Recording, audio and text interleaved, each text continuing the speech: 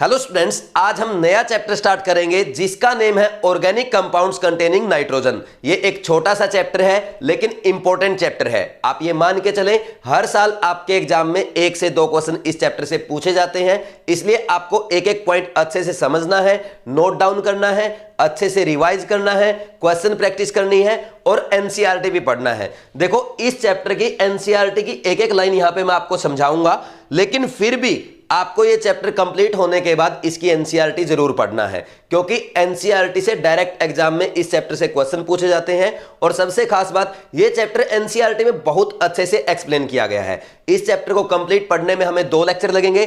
First lecture में हम amines करेंगे, सेकंड लेक्चर में हम एनिलीन और नाइट्रोबेंजीन करेंगे। तो सबसे पहले हेडिंग डाल लो अमाइंस।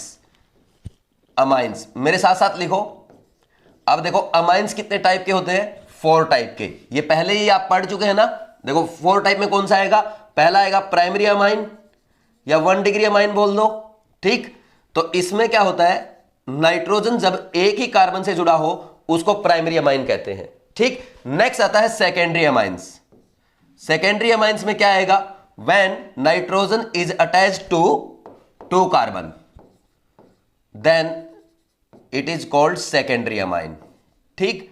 ये आपका सेकेंडरी अमाइन हो गया। नेक्स्ट इसके बाद क्या आएगा? Tertiary amine. टर्सरी अमाइन में क्या होगा? When nitrogen is attached to 3 carbon atoms, ठीक है। And last is quaternary amine या 4 डिग्री अमाइंस। इसमें क्या होता है? When nitrogen is attached to 4 carbon atoms, ठीक है। हो जाएगा। ये पहले भी आप पढ़ चुके हैं, लिखना चाहो तो लिख सकते हो। अब नेक्स्ट देखो, अब सबसे पहले हम क्या पढ़ते हैं? General method of preparation of amines. General method of preparation of amines. तो इसमें फर्स्ट मेथड क्या आएगा? From alkyl halides. From alkyl halides. ये भी आप पहले ही पढ़ चुके हो, बस आपका रिवीजन चल रहा है। इस चैप्टर में मैक्सिमम चीजें हम पहले की रिवाइज करेंगे, कुछ चीजें नई भी पढ़ेंगे। जहां पे नई पढ़ेंगे वहां पे मैं आपको बता दूंगा, उस पे आपको ज्यादा फोकस करना है, बाकी आपका रिवीजन चलेगा। जैसे ये रिएक्शन हम रिवाइज कर रहे हैं, यहां पे देखो एल्काइल हैलाइड की रिएक्शन अगर अमोनिया के साथ कराई जाए, ठीक, और यहां पे हम अमोनिया एक्सेस में लें तो यहां पे क्या होगा? NSR रिएक्शन होगी, हैलाइड हट जाएगा और वहां पे NH2 आ जाएगा। समझ आ रही बात? तो क्या बन गया? 1 डिग्री अमाइन बन गया। कोई डाउट है क्या? This is primary amine. इसके बाद नेक्स्ट देखो, यहां पे अगर हम एल्काइल हैलाइड को एक्सेस में ले लेते हैं तो क्या होगा? तो ये अमोनिया के साथ रिएक्शन करेगा। देखो क्या बनेगा? प्राइमरी अमाइन बनेगा, ठीक। ये बन गया 1 डिग्री अमाइन। अब क्या होगा? देखो आपने एल्काइल हैलाइड एक्सेस में लिया है तो वापिस क्या होगा? ये इसके ऊपर अटैक कर देगा, ठीक, और ये यहां से लीव कर जाएगा। फिर वापिस NSR रिएक्शन हो जाएगी और इसका क्या बन जाएगा? सेकेंडरी अमाइन बन जाएगा। कोई डाउट है क्या? कर लेंगे ऐसे। अभी भी अपने पास और भी एल्काइल ग्रुप है। अगर 2 मोल तक लिया आपने, इसके 2 मोल लिए तो सेकेंडरी अमाइन तक बनेगा। मान लीजिए और भी एक्स्ट्रा आपके पास है तो क्या होगा? ये सेकेंडरी अमाइन, इसके पास लोन पेयर है, नाइट्रोजन के लोन पेयर फिर से इसके ऊपर अटैक कर देंगे, यहां से ये लीव कर जाएगा, ठीक। NSR रिएक्शन होगी, फिर क्या बन जाएगा? ये आपका टर्सरी अमाइन बन जाएगा। बात समझ में आ रही कि नहीं आ रही? कोई डाउट है क्या? अभी भी नाइट्रोजन के पास लोन पेयर है, न्यूक्लियोफाइल का काम कर सकता है। तो अभी भी अगर आपके पास एक्सेस में क्या है? एल्काइल हैलाइड है, तो ये क्या करेगा? फिर से ये इसके ऊपर अटैक कर देगा, ठीक, और यहां से क्या होगा? ये लीव कर जाएगा, NSR रिएक्शन होगी, ये क्या बन जाएगा? क्वाटरनरी अमाइन आपका बन जाएगा। कोई डाउट है क्या? कर लेंगे ऐसे। ये था आपका फ्रॉम अमाइंस। अब नेक्स्ट देखो, सेकंड रिएक्शन कौन सी है? सेकंड है फ्रॉम एल्कोहल्स। नेक्स्ट है फ्रॉम एल्कोहल्स। यहीं पे लिख लेते हैं एक और, फ्रॉम एल्कोहल्स। अब एल्कोहल्स में देखो क्या होता है। अगर एल्कोहल की बात की जाए, एल्कोहल की रिएक्शन अगर किसके साथ करा दी जाए? अमोनिया के साथ, in presence of Al2O3 dehydrating agent है ये। क्या मिलेगा यहां से आपको? यहां से अल्कोहल की रिएक्शन आपने किसके साथ कराई है? अमोनिया के साथ in presence of dehydrating agent. तो क्या बन जाएगा यहां पे? आपका प्राइमरी अमाइंस बन जाएगा। ठीक, ये यहां पे 3 डिग्री और 4 डिग्री भी लिख लेना। समझ आई बात? अच्छा देखो, यहां पे डिहाइड्रेटिंग एजेंट हमने Al2O3 लिया है। अगर यहां पे हम H2SO4 ले लेते तो क्या होता? अगर H2SO4 ले लेते तो ये अमोनिया क्या है? ये बेसिक है, और H2SO4 क्या होता? एसिड। तो एसिड बेस रिएक्शन हो जाती आपस में इनकी। ठीक, इसलिए हमने यहां पे क्या लिया है? Al2O3 लिया है। Al2O3 क्या है? एम्फोटेरिक है। ठीक, तो यहां पे ये डिहाइड्रेटिंग एजेंट यूज करेंगे। मेरे ख्याल में आपको समझ में आ गया होगा। अभी मैंने आपको क्या समझाया है, कर लेंगे इजिली। ठीक है, इसको लिख लो, फिर हम आगे बढ़ेंगे। वैसे आपने ये पढ़ रखा है, लिखना चाहो तो लिख सकते हो, नहीं तो ये भी लिख सकते हो कि पीछे से रिवाइज करना है। GOC2 में सारा पढ़ा हुआ है। ठीक, जल्दी लिखो। नेक्स्ट लिखो third method, by reduction. Important है, ये पहले भी आप पढ़ चुके हो। देखो इसमें क्या करते हैं, सबसे पहले मान लीजिए आपने क्या लिया? साइनाइड ले लिया। साइनाइड का रिडक्शन किया। ठीक, किसके साथ? LiAlH4 के साथ। ठीक है, तो इसमें क्या बनेगा? आपका प्राइमरी अमीन बनेगा। समझ आ रही बात? और यहीं पे अगर आप अमाइड ले लेंगे और उसका रिडक्शन किसके साथ करेंगे? LiAlH4 के साथ, तो इसमें भी सेम केस होगा। क्या बनेगा? RCH2NH2 बनेगा। ठीक, और यहां पर अगर आपने सिफ बेस ले लिया, ये आपका सिफ बेस है। ठीक, तो यहां पे क्या बनेगा आपका? यहां पे भी रिडक्शन करने पे प्राइमरी अमीन बनेगा। कोई डाउट है क्या? यहां पे एल्डिहाइड की जगह अगर आपने कीटोन लिया रहता तो इसमें भी सेम केस होगा और प्राइमरी अमीन बनेगा। ठीक है भाई, यहां पे कर लेंगे।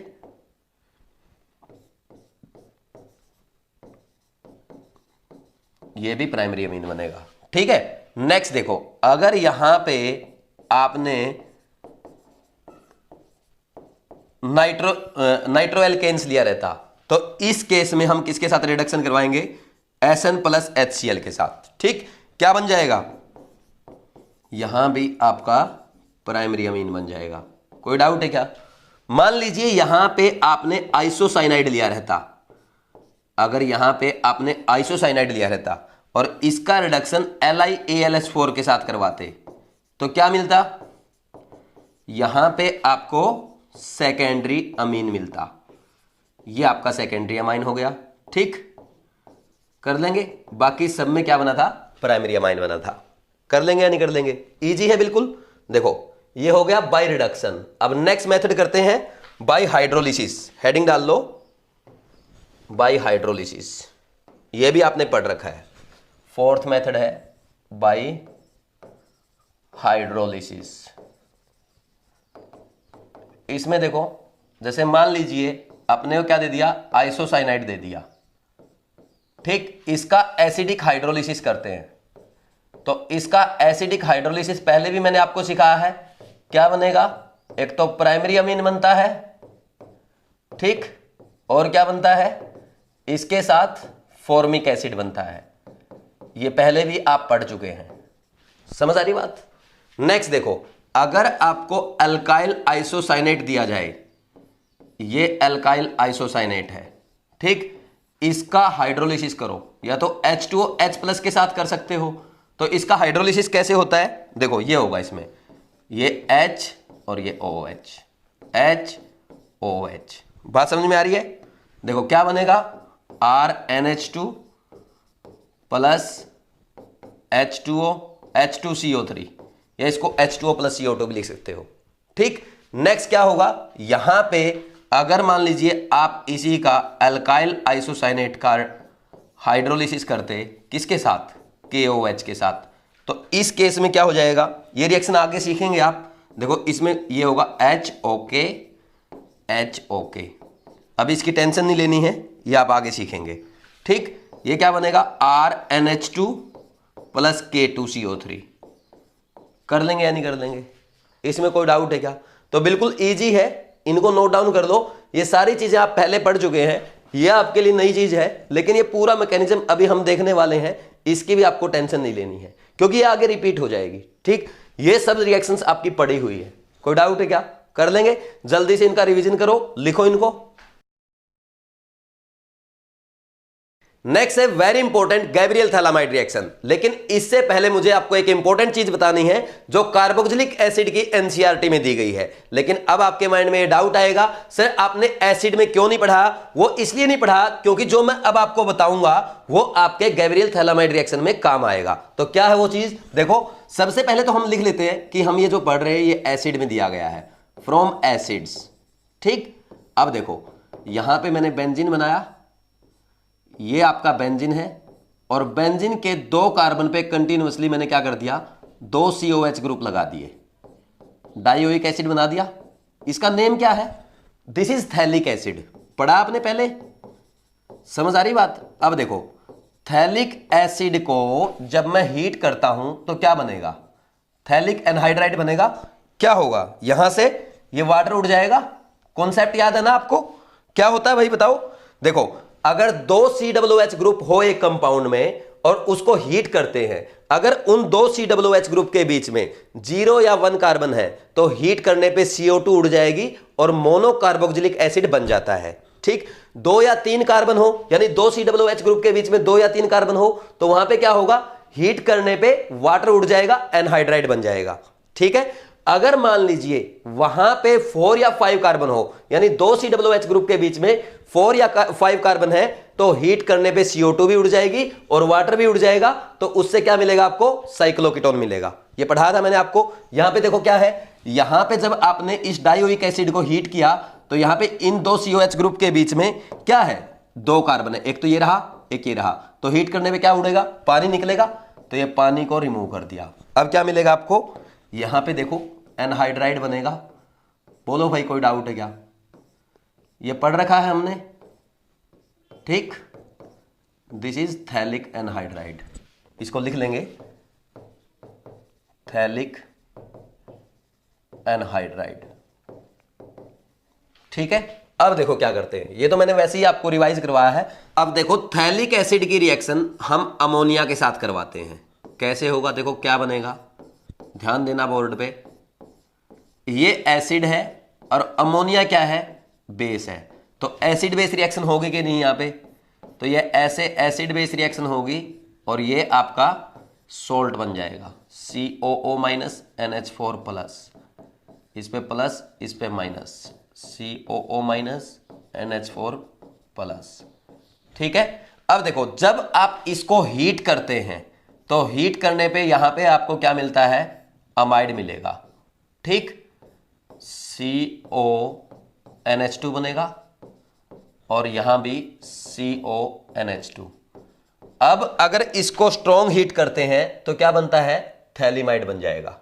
अब इसको अपने को क्या करना है? On strong heating, on strong heating it gives phthalimide. ठीक है भाई, ये बन जाएगा देखो, और ये आपकी एनसीईआरटी में भी दिया हुआ है, ये एज इट इज आपकी एनसीईआरटी में लिखा हुआ है। ठीक, दिस इज थैलीमाइड। बात समझ में आई?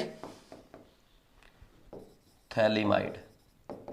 अब नेक्स्ट देखो, अब इस थैलीमाइड से ही हम क्या करेंगे? गैब्रियल थैलामाइड रिएक्शन करेंगे, और यहां पे हम प्राइमरी अमीन का प्रिपरेशन करेंगे। कैसे करेंगे? यहां पे देखो मैं लिख देता हूं Gabriel phthalimide reaction, Gabriel phthalimide reaction. Next heading है गैब्रियल थैलामाइड रिएक्शन।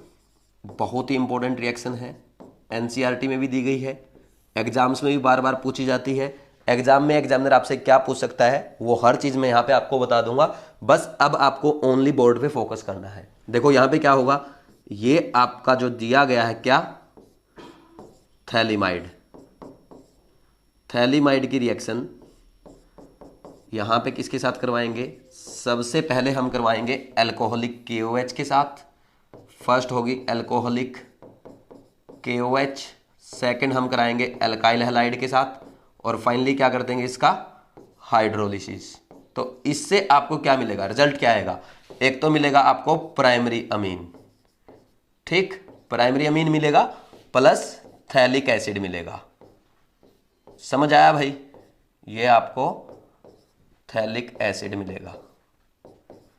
ठीक, अब आपके माइंड में ये डाउट आएगा ये कैसे हुआ, तो इसको अगर समझना चाहते तो इधर देखो, यहां पे क्या होता है, जैसे ही हम इसकी रिएक्शन किसके साथ करवाते हैं, एल्कोहलिक KOH के साथ करवाते हैं, तो एल्कोहलिक KOH के साथ पास क्या है, OH माइनस है यानी बेस है, तो बेस क्या करेगा, इसके पास एसिडिक H है, तो यहां पे रिएक्शन होगी, देखो यहां पे इस एसिडिक H को निकाल देगा, वाटर निकल जाएगा यहां पे, ठीक, और ये आ जाएगा नाइट्रोजन पे नेगेटिव चार्ज। समझ आई बात, नेगेटिव चार्ज आ गया नाइट्रोजन पे, तो ये एनायन है, एनायन न्यूक्लियोफाइल का काम कर सकता है नहीं कर सकता। फिर जब हम इसकी रिएक्शन सेकंड स्टेप में एल्काइल हैलाइड के साथ करवाते हैं तो क्या होगा, यहां पे आपकी NSR रिएक्शन होगी, ये यहां पे अटैक करेगा, तो ये यहां से हैलाइड लीव कर जाएगा एज ए लिविंग ग्रुप, तो यहां पे क्या होगा, NSR होगी। बात समझ में आई कि नहीं आई, कोई डाउट है क्या, न्यूक्लियोफिलिक सब्स्टिट्यूशन रिएक्शन होगी और क्या बन जाएगा, देखो ये बनेगा, ये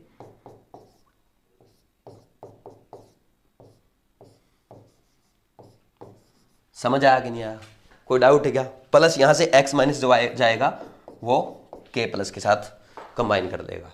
ठीक, आगे समझ में। अब नेक्स्ट देखो, नेक्स्ट स्टेप जो है आपका वो है हाइड्रोलिसिस।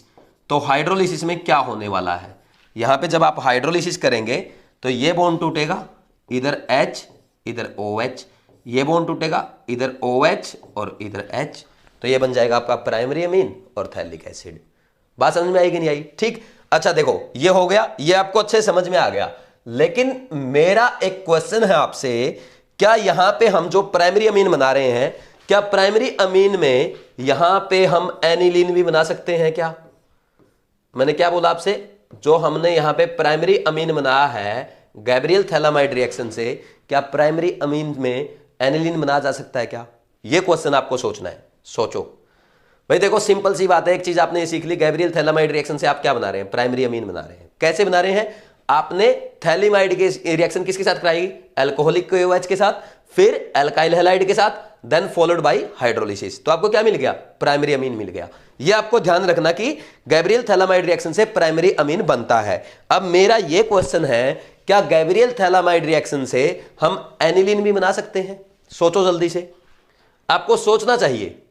देखो एक्चुअल में यहां पे क्या हो रहा है कि यहां पे एनिलीन कब बनेगा, जब R यहां पे क्या होगा, फिनाइल होगा, ये R क्या होगा, फिनाइल होगा, ये R फिनाइल होगा, यानी ये अल्काइल हैलाइड जो आपने लिया है, जब यहां पे अल्काइल हैलाइड आपका अराइल हैलाइड होगा, तभी तो क्या होगा, तभी तो आपका एनिलीन बनेगा। लेकिन हम ये जानते हैं aryl halide easily NSR reaction नहीं देते हैं, ठीक। ये जो आपका न्यूक्लियोफाइल है, ये यहां पे अराइल हैलाइड के साथ इजीली NSR रिएक्शन नहीं देगा, और इसलिए हम यहां पे ये कहेंगे गैब्रियल थैलामाइड रिएक्शन से आप एनिलीन नहीं बना सकते। बात समझ में आई कि नहीं आई, कर लेंगे। ये आपका NCERT में भी लिखा हुआ है, ये अच्छे से आपको समझना है। एक काम कर लो, पहले तो यहां लिख लो, this is very very important reaction, ठीक, और ये NCERT में दी गई है। एक काम करते हैं, यहां पे 2 पॉइंट अपने को मेन लिखने हैं। एक तो गैब्रियल थैलामाइड रिएक्शन से हम क्या बनाते हैं, प्राइमरी अमीन बनाते हैं। दूसरी बात ये लिखना है कि हम अराइल अमाइन नहीं बना सकते, एनिलीन नहीं बना सकते, ये लिखना है। तो ये हम नेक्स्ट पेज पे लिखेंगे। एक बार जल्दी से आप इसको समझ के नोट डाउन कर लो, अच्छे से नोट डाउन करनी है, आपके लिए ये नई रिएक्शन है। बाकी जितनी रिएक्शन पीछे आपने पढ़ी है वो सारी आपकी पढ़ी हुई है, वो ओनली रिवीजन था। ये आपके लिए न्यू रिएक्शन है, इस पे आपको ज्यादा फोकस करना है। ये रिएक्शन डायरेक्ट एग्जाम में पूछी जाती है, कर लेंगे या नहीं कर लेंगे, कुछ भी पूछ सकता है, डायरेक्ट रिएक्शन पूछ सकता है। ये पूछ सकता है गैब्रियल थैलामाइड रिएक्शन से क्या बनता है, प्राइमरी अमीन बनता है। गैब्रियल थैलामाइड रिएक्शन से हम कौन सा अमाइन नहीं बना सकते, कौन सा नहीं बना सकते, अराइल अमाइन नहीं बना सकते, ये भी पूछ सकता है। कर लेंगे या नहीं कर लेंगे, जल्दी से नोट डाउन करो। अभी जो 2 important point Gabriel phthalimide reaction में हमने सीखे हैं, उनको हम एक नोट में लिख लेंगे। तो मेरे साथ साथ आपको लिखना है, नोट डाल लो और इसमें लिखो, फर्स्ट पॉइंट लिखो, only primary amines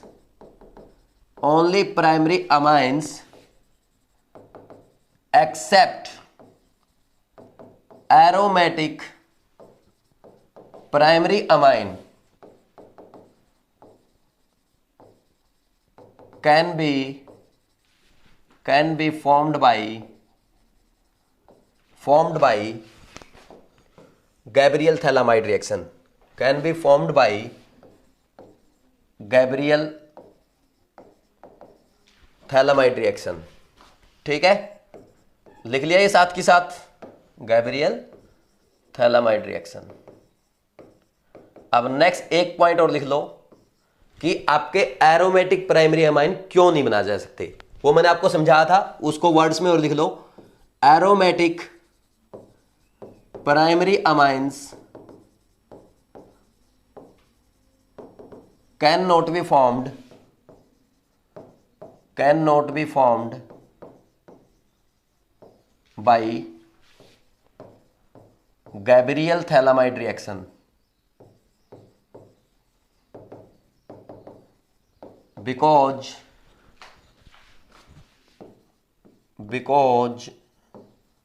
aryl halide do not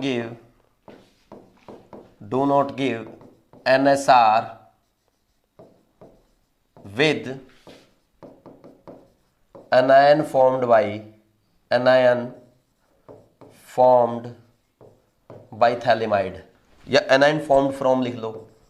ठीक है, समझ आ रही बात, ये आपका एनसीईआरटी में लिखा हुआ है, कर लेंगे। ठीक, अब देखो होता क्या है, आपको एग्जाम में रिएक्शन कैसे दी जाएगी। जैसे मान लीजिए आपके ये लिख दिया, ये सबसे पहले तो एग्जामिनर यहां पे आपको थैलिमाइड लिख के देगा। ठीक, ये आपका थैलिमाइड है, फिर लिख देगा कि इसकी रिएक्शन किसके साथ करवाएगी, एल्कोहलिक KOH के साथ। ठीक, सेकंड लिख देगा CH3CH2Cl के साथ ethyl chloride, followed by hydrolysis. ठीक, तो आप क्या बनाएंगे यहाँ पे, सिंपल सा है आपका, क्या बन जाएगा, इस एल्काइल हैलाइड का प्राइमरी अमीन बन जाएगा। बाकी क्या बनेगा उससे वैसे आपको मतलब नहीं है, आपका मेजर प्रोडक्ट किस पे फोकस करना है, आपको प्राइमरी अमीन पे फोकस करना है। ठीक, थैलिक एसिड लिखना चाहो तो लिख सकते हो। ठीक, वैसे तो यहाँ पे आप KCl वगैरह भी लिख सकते हो, लेकिन कोई जरूरत नहीं इतना लिखने की, वाटर भी निकल रहा था। ठीक, अब देखो नेक्स्ट एग्जामिनर क्या कर सकता है, एग्जामिनर आपको ये बोल दे कि मैं इसके ऊपर किसके साथ रिएक्शन कराऊंगा, क्लोरोफॉर्म के साथ कराऊंगा in presence of aqueous KOH, तो ये प्राइमरी अमीन है, आइसोसाइनाइड टेस्ट देगा, इन देगा, तो बना देंगे आप यहाँ पे आइसोसाइनाइड, बोलो भाई, ये बन जाएगा आइसोसाइनाइड। और यहाँ पे अगर मान लीजिए एग्जामिनर ये बोल दे कि मैं तो नाइट्रस एसिड के साथ रिएक्शन कराऊंगा, तो क्या बन जाएगा प्राइमरी अमीन से, अल्कोहल बन जाएगा। कोई डाउट है क्या, ऐसे कर सकते हैं ना। तो प्राइमरी अमीन पे फर्दर कितनी भी रिएक्शन एग्जामिनर आपसे करवा सकता है, बस मैंने आपको समझाया है कि एग्जाम में क्वेश्चन कैसे आ सकता है। ठीक, एक क्वेश्चन और हम यहाँ पे लिख लेते हैं, ये क्वेश्चन आपका, which of the following amine can not be formed by Gabriel phthalimide reaction, Gabriel phthalimide reaction. ठीक, इसमें आपको बताना, देखो फर्स्ट ऑप्शन है आपका इथाइलमाइन, सेकंड है आइसोप्रोपाइलमाइन, थर्ड है एनिलीन, एंड फोर्थ इज बेंजाइलमाइन। देखो भाई कौन सा नहीं बना जा सकता, एरोमेटिक प्राइमरी अमीन नहीं बना जा सकता, ये वाला, ये आपका आंसर आ जाएगा। समझ आ रही बात, ये मत आंसर ठीक कर देना, क्योंकि ये तो बहुत अच्छे से बनेगा। जब यहां पे आपको बेंजाइल हैलाइड दिया गया होगा तो बहुत अच्छे से NSR देगा। समझ आ रही ना बात, इसकी रिएक्टिविटी यहां पे आपको क्या देगा, इस केस में क्या देगा, ये अल्काइल हैलाइड जो आपने लिया है यहां पे क्या देगा आपको, बेंजाइल हैलाइड देगा, और बेंजाइल हैलाइड की NSR की तरफ रिएक्टिविटी बहुत ज्यादा होती है, तो ये तो सबसे बढ़िया आपका प्राइमरी अमीन बनाएगा। ठीक, ये नहीं बनाएगा। समझ आ रही बात, ये नोट डाउन कर लो, फिर हम नेक्स्ट आगे बढ़ते हैं। नेक्स्ट है very very important name reaction, Hofmann bromamide reaction. Heading लिखो, Hofmann bromamide degradation reaction, Hofmann bromamide degradation reaction. ठीक है, ये आपके एनसीईआरटी में दी गई है, बहुत ही इंपॉर्टेंट रिएक्शन है, एग्जाम में डायरेक्ट पूछी जाती है, इसलिए आपको अच्छे से समझना है। एक काम करो, कॉपी पेन साइड में रख दो, जो मैं अभी आपको समझा रहा हूं उस पॉइंट को, एक एक पॉइंट को अच्छे से समझो। देखो क्या करना है, यहां पे आपको अमाइड दिया मिलेगा, ठीक, अमाइड अगर आपको दे दिया जाए, ठीक, और एक बात का और ध्यान रखना, यहां पे क्या है, प्राइमरी अमाइड की बात होती है, ठीक, प्राइमरी अमाइड यानी जिसमें RCONH2 हो, यानी ये ना हो, जैसे ये भी तो अमाइड है, ये आपका सेकेंडरी अमाइड है, और यहां से एक हाइड्रोजन और हटा देंगे तो ये आपका टर्सरी अमाइड है, ठीक। तो ये किसके साथ होगी, ये आपकी प्राइमरी अमाइड की रिएक्शन है, ठीक है ना।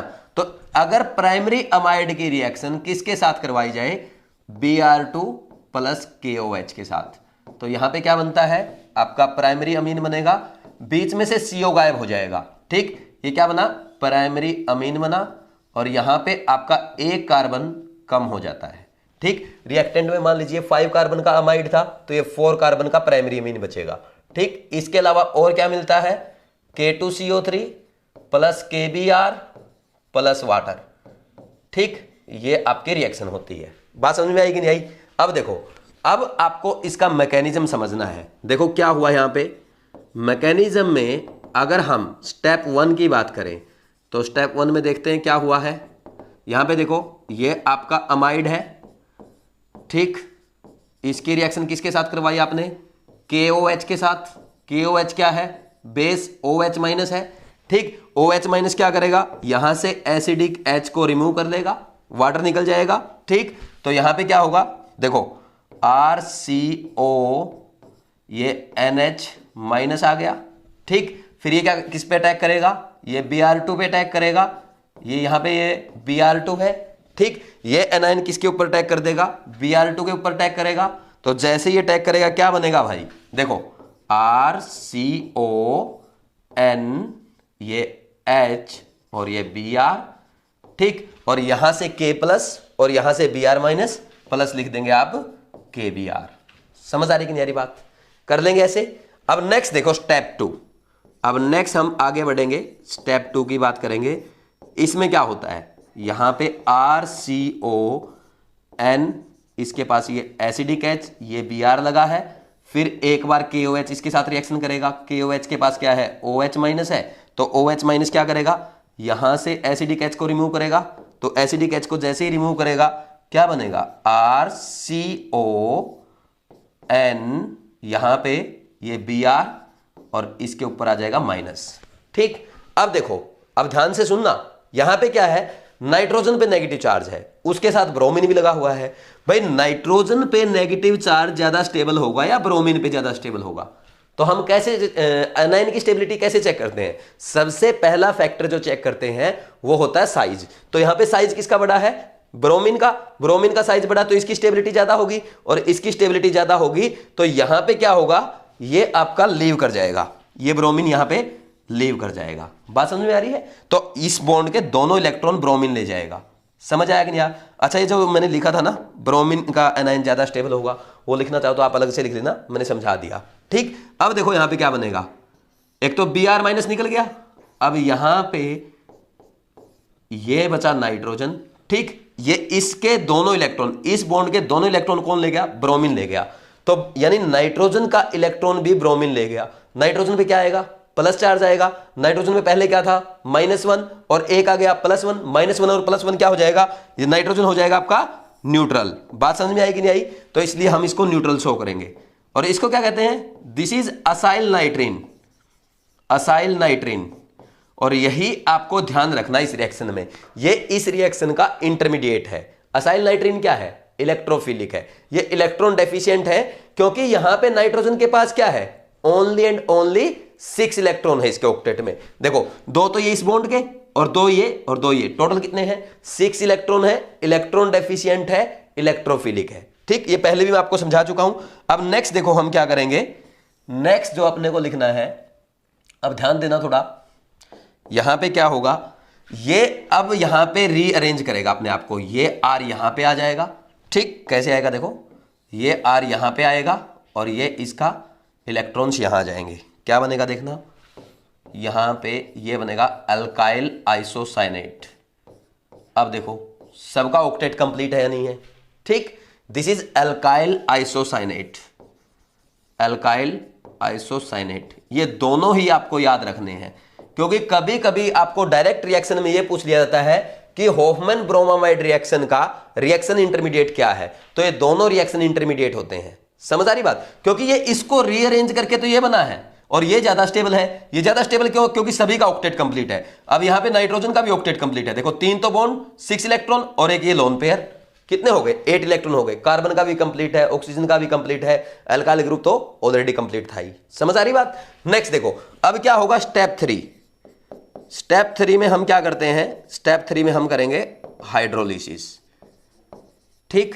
अब देखो हाइड्रोलिसिस कैसे होगा, यहां पे आपको ध्यान देना है, अभी कुछ मत लिखना, पहले समझो अच्छे से मैं क्या समझा रहा हूं। देखो यहां पे या आपका जो अल्काइल आइसोसाइनेट है ये क्या करेगा, KOH के साथ रिएक्शन करेगा, ठीक। ये KOH का OH माइनस यहां पे किसका काम करेगा, न्यूक्लियोफाइल का काम करेगा।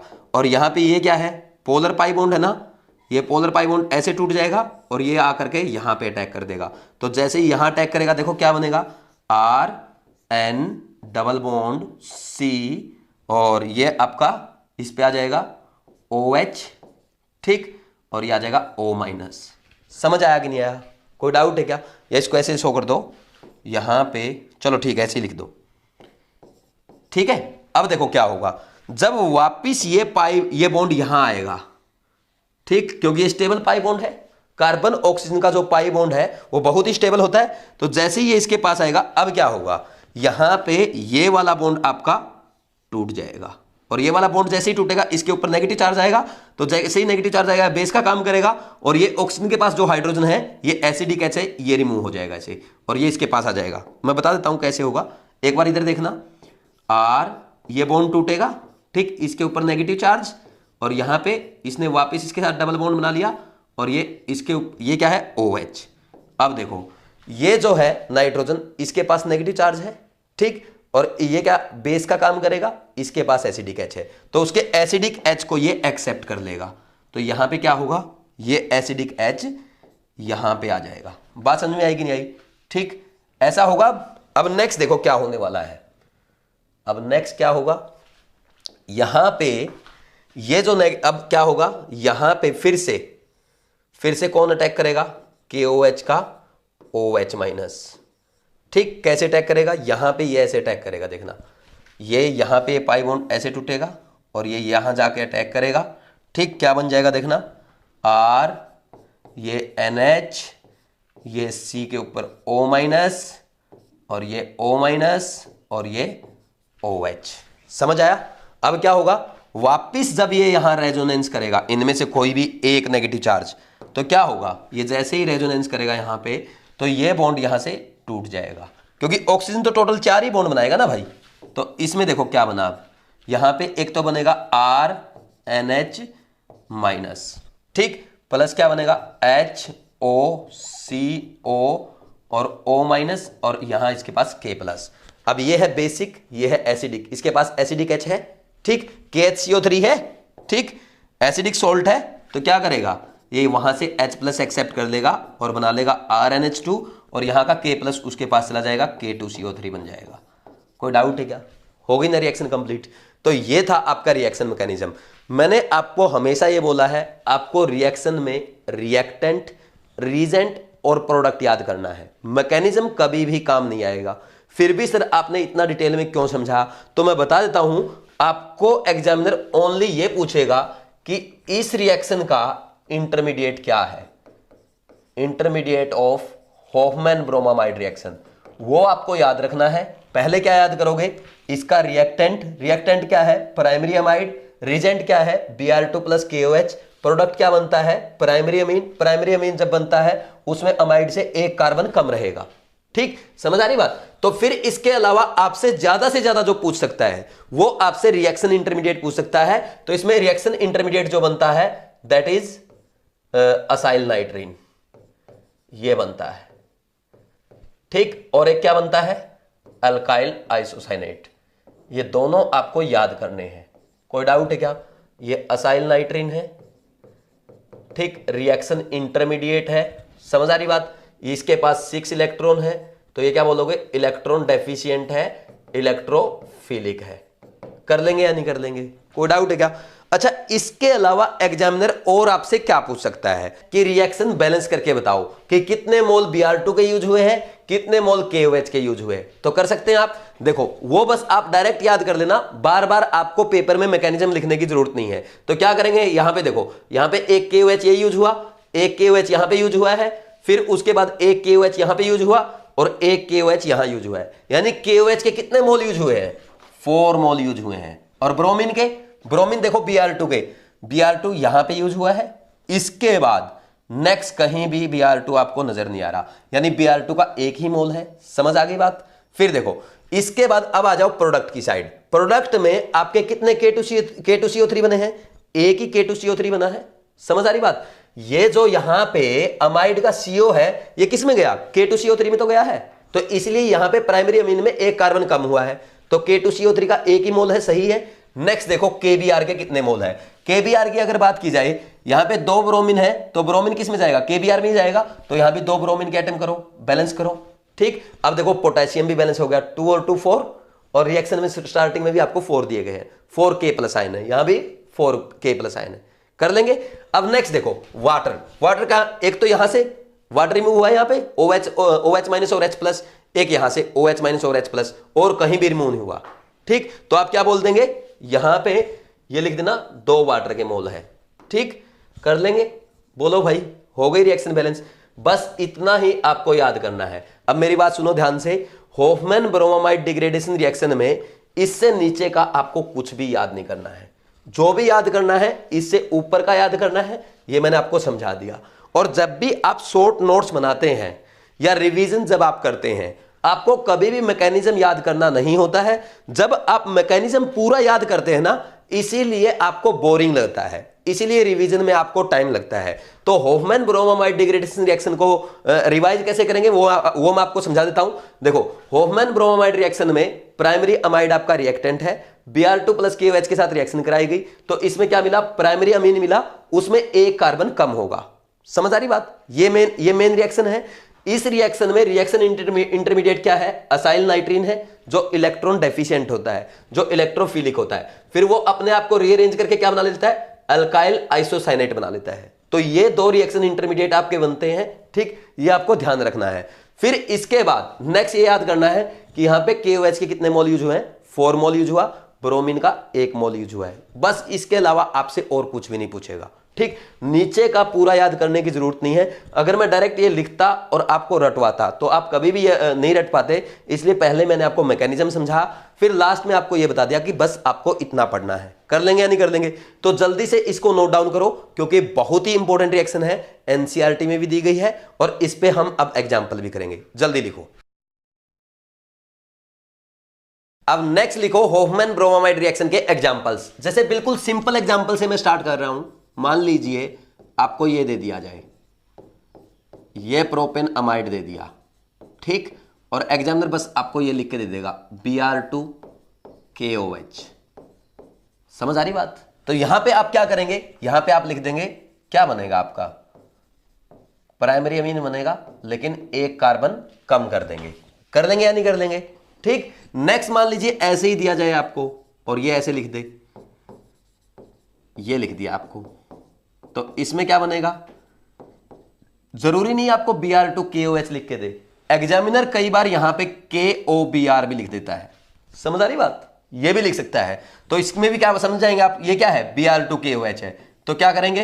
होफमैन ब्रोमामाइड रिएक्शन करवाएंगे और ये आपका प्राइमरी अमीन फाइनल प्रोडक्ट बना देंगे, ठीक। ऐसे ही मान लीजिए आपको बेंजामाइड दे दिया जाए, ठीक, ये बेंजामाइड है और इसकी रिएक्शन किसके साथ करवाई गई? Br2 KOH के साथ, Br2 KOH के साथ ऐसे लिख के दे दिया, या Br2 + KOH लिख के दे दिया। तो क्या बनाएंगे आप? यहां पे एनिलीन बनेगा, ठीक, ये बन गया एनिलीन। अब एनिलीन पे फर्दर रिएक्शंस एग्जामिनर आपसे करवा सकता है। जैसे मान लीजिए क्या दे दिया? Br2 वाटर की रिएक्शन करवाई, तो यहां पे क्या बन जाएगा? ट्राइब्रोमो प्रोडक्ट बनता है। ठीक, समझ आ रही बात, पहले भी आप पढ़ चुके हैं। और ये व्हाइट पीपीटी होता है। ठीक, समझ आ रही है भाई बात, कर लेंगे या नहीं कर लेंगे। ये बन गया आपका 2,4,6 ट्राइब्रोमो एनिलीन। और यहीं पर मान लीजिए एग्जामिनर आपको ये लिख देता CHCl3 chloroform in presence of aqueous KOH। अब आप क्या करते, तो यहां पे क्या बन जाता आपका, एनिलीन से ये आइसोसाइनाइड बन जाता। कोई डाउट है क्या, कर सकते हैं या नहीं कर सकते। ऐसे सीरीज में रिएक्शन एग्जामिनर आपको दे सकता है। फर्दर इसका हाइड्रोलिसिस दे देगा या इसका रिडक्शन दे देगा, तो ऐसे आपसे एग्जामिनर रिएक्शंस करवा सकता है। तो वो कर लेंगे आप सीरीज में, ठीक हो जाएगा आराम से। देखो अब ये तो हो गया आपके होफमैन ब्रोमामाइड रिएक्शन के एग्जांपल्स।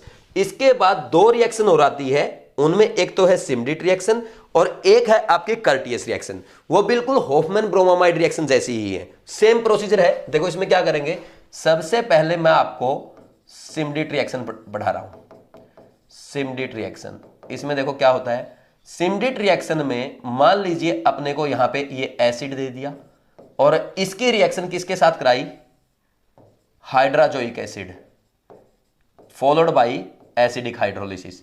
तो यहां पे डायरेक्ट आप क्या बना देंगे, एसिड से प्राइमरी अमीन बना देंगे। ठीक, समझ आ रही बात। और क्या बन जाएगा यहां पे आपका, और क्या बन जाएगा, H2CO3 बनेगा। ठीक, प्लस और क्या बनेगा, N2 गैस मिलेगी। और H2CO3 को भी आप H2O प्लस CO2 लिख सकते हैं। बात समझ में आ रही। एक्चुअल में होता क्या है मैं बता देता हूं आपको। देखो इस रिएक्शन में आपका ये बनता है असाइल नाइट्रीन। ठीक, और असाइल नाइट्रीन भी बताऊं कैसे बनता है। यहां पे होता ये है, देखो यहां पे अगर बात की जाए, सबसे पहले क्या बनता है, RCO, ये जो है अजाइड जो है आपका, ये यहां पे प्लस आता है, इस पे माइनस आता है। ठीक, ये अजाइड ऐसे होता है। एक्चुअल में अजाइड जो आपका होता है ये ऐसा होता है, इन दोनों पे माइनस, इन दोनों पे माइनस, इस पे प्लस, ये अजाइड होता है आपका, अजाइड आयन। ठीक, अगर आप इसको लिखना चाहो तो लिख सकते हो। ठीक, इसको मैं साइड में रख देता हूं। ये जाएगा आपका, ज़्यादा ही छोटा हो गया, हो जा बड़ा थोड़ा सा, ये रख देता हूं यहां पे, कहीं भी रख लेना।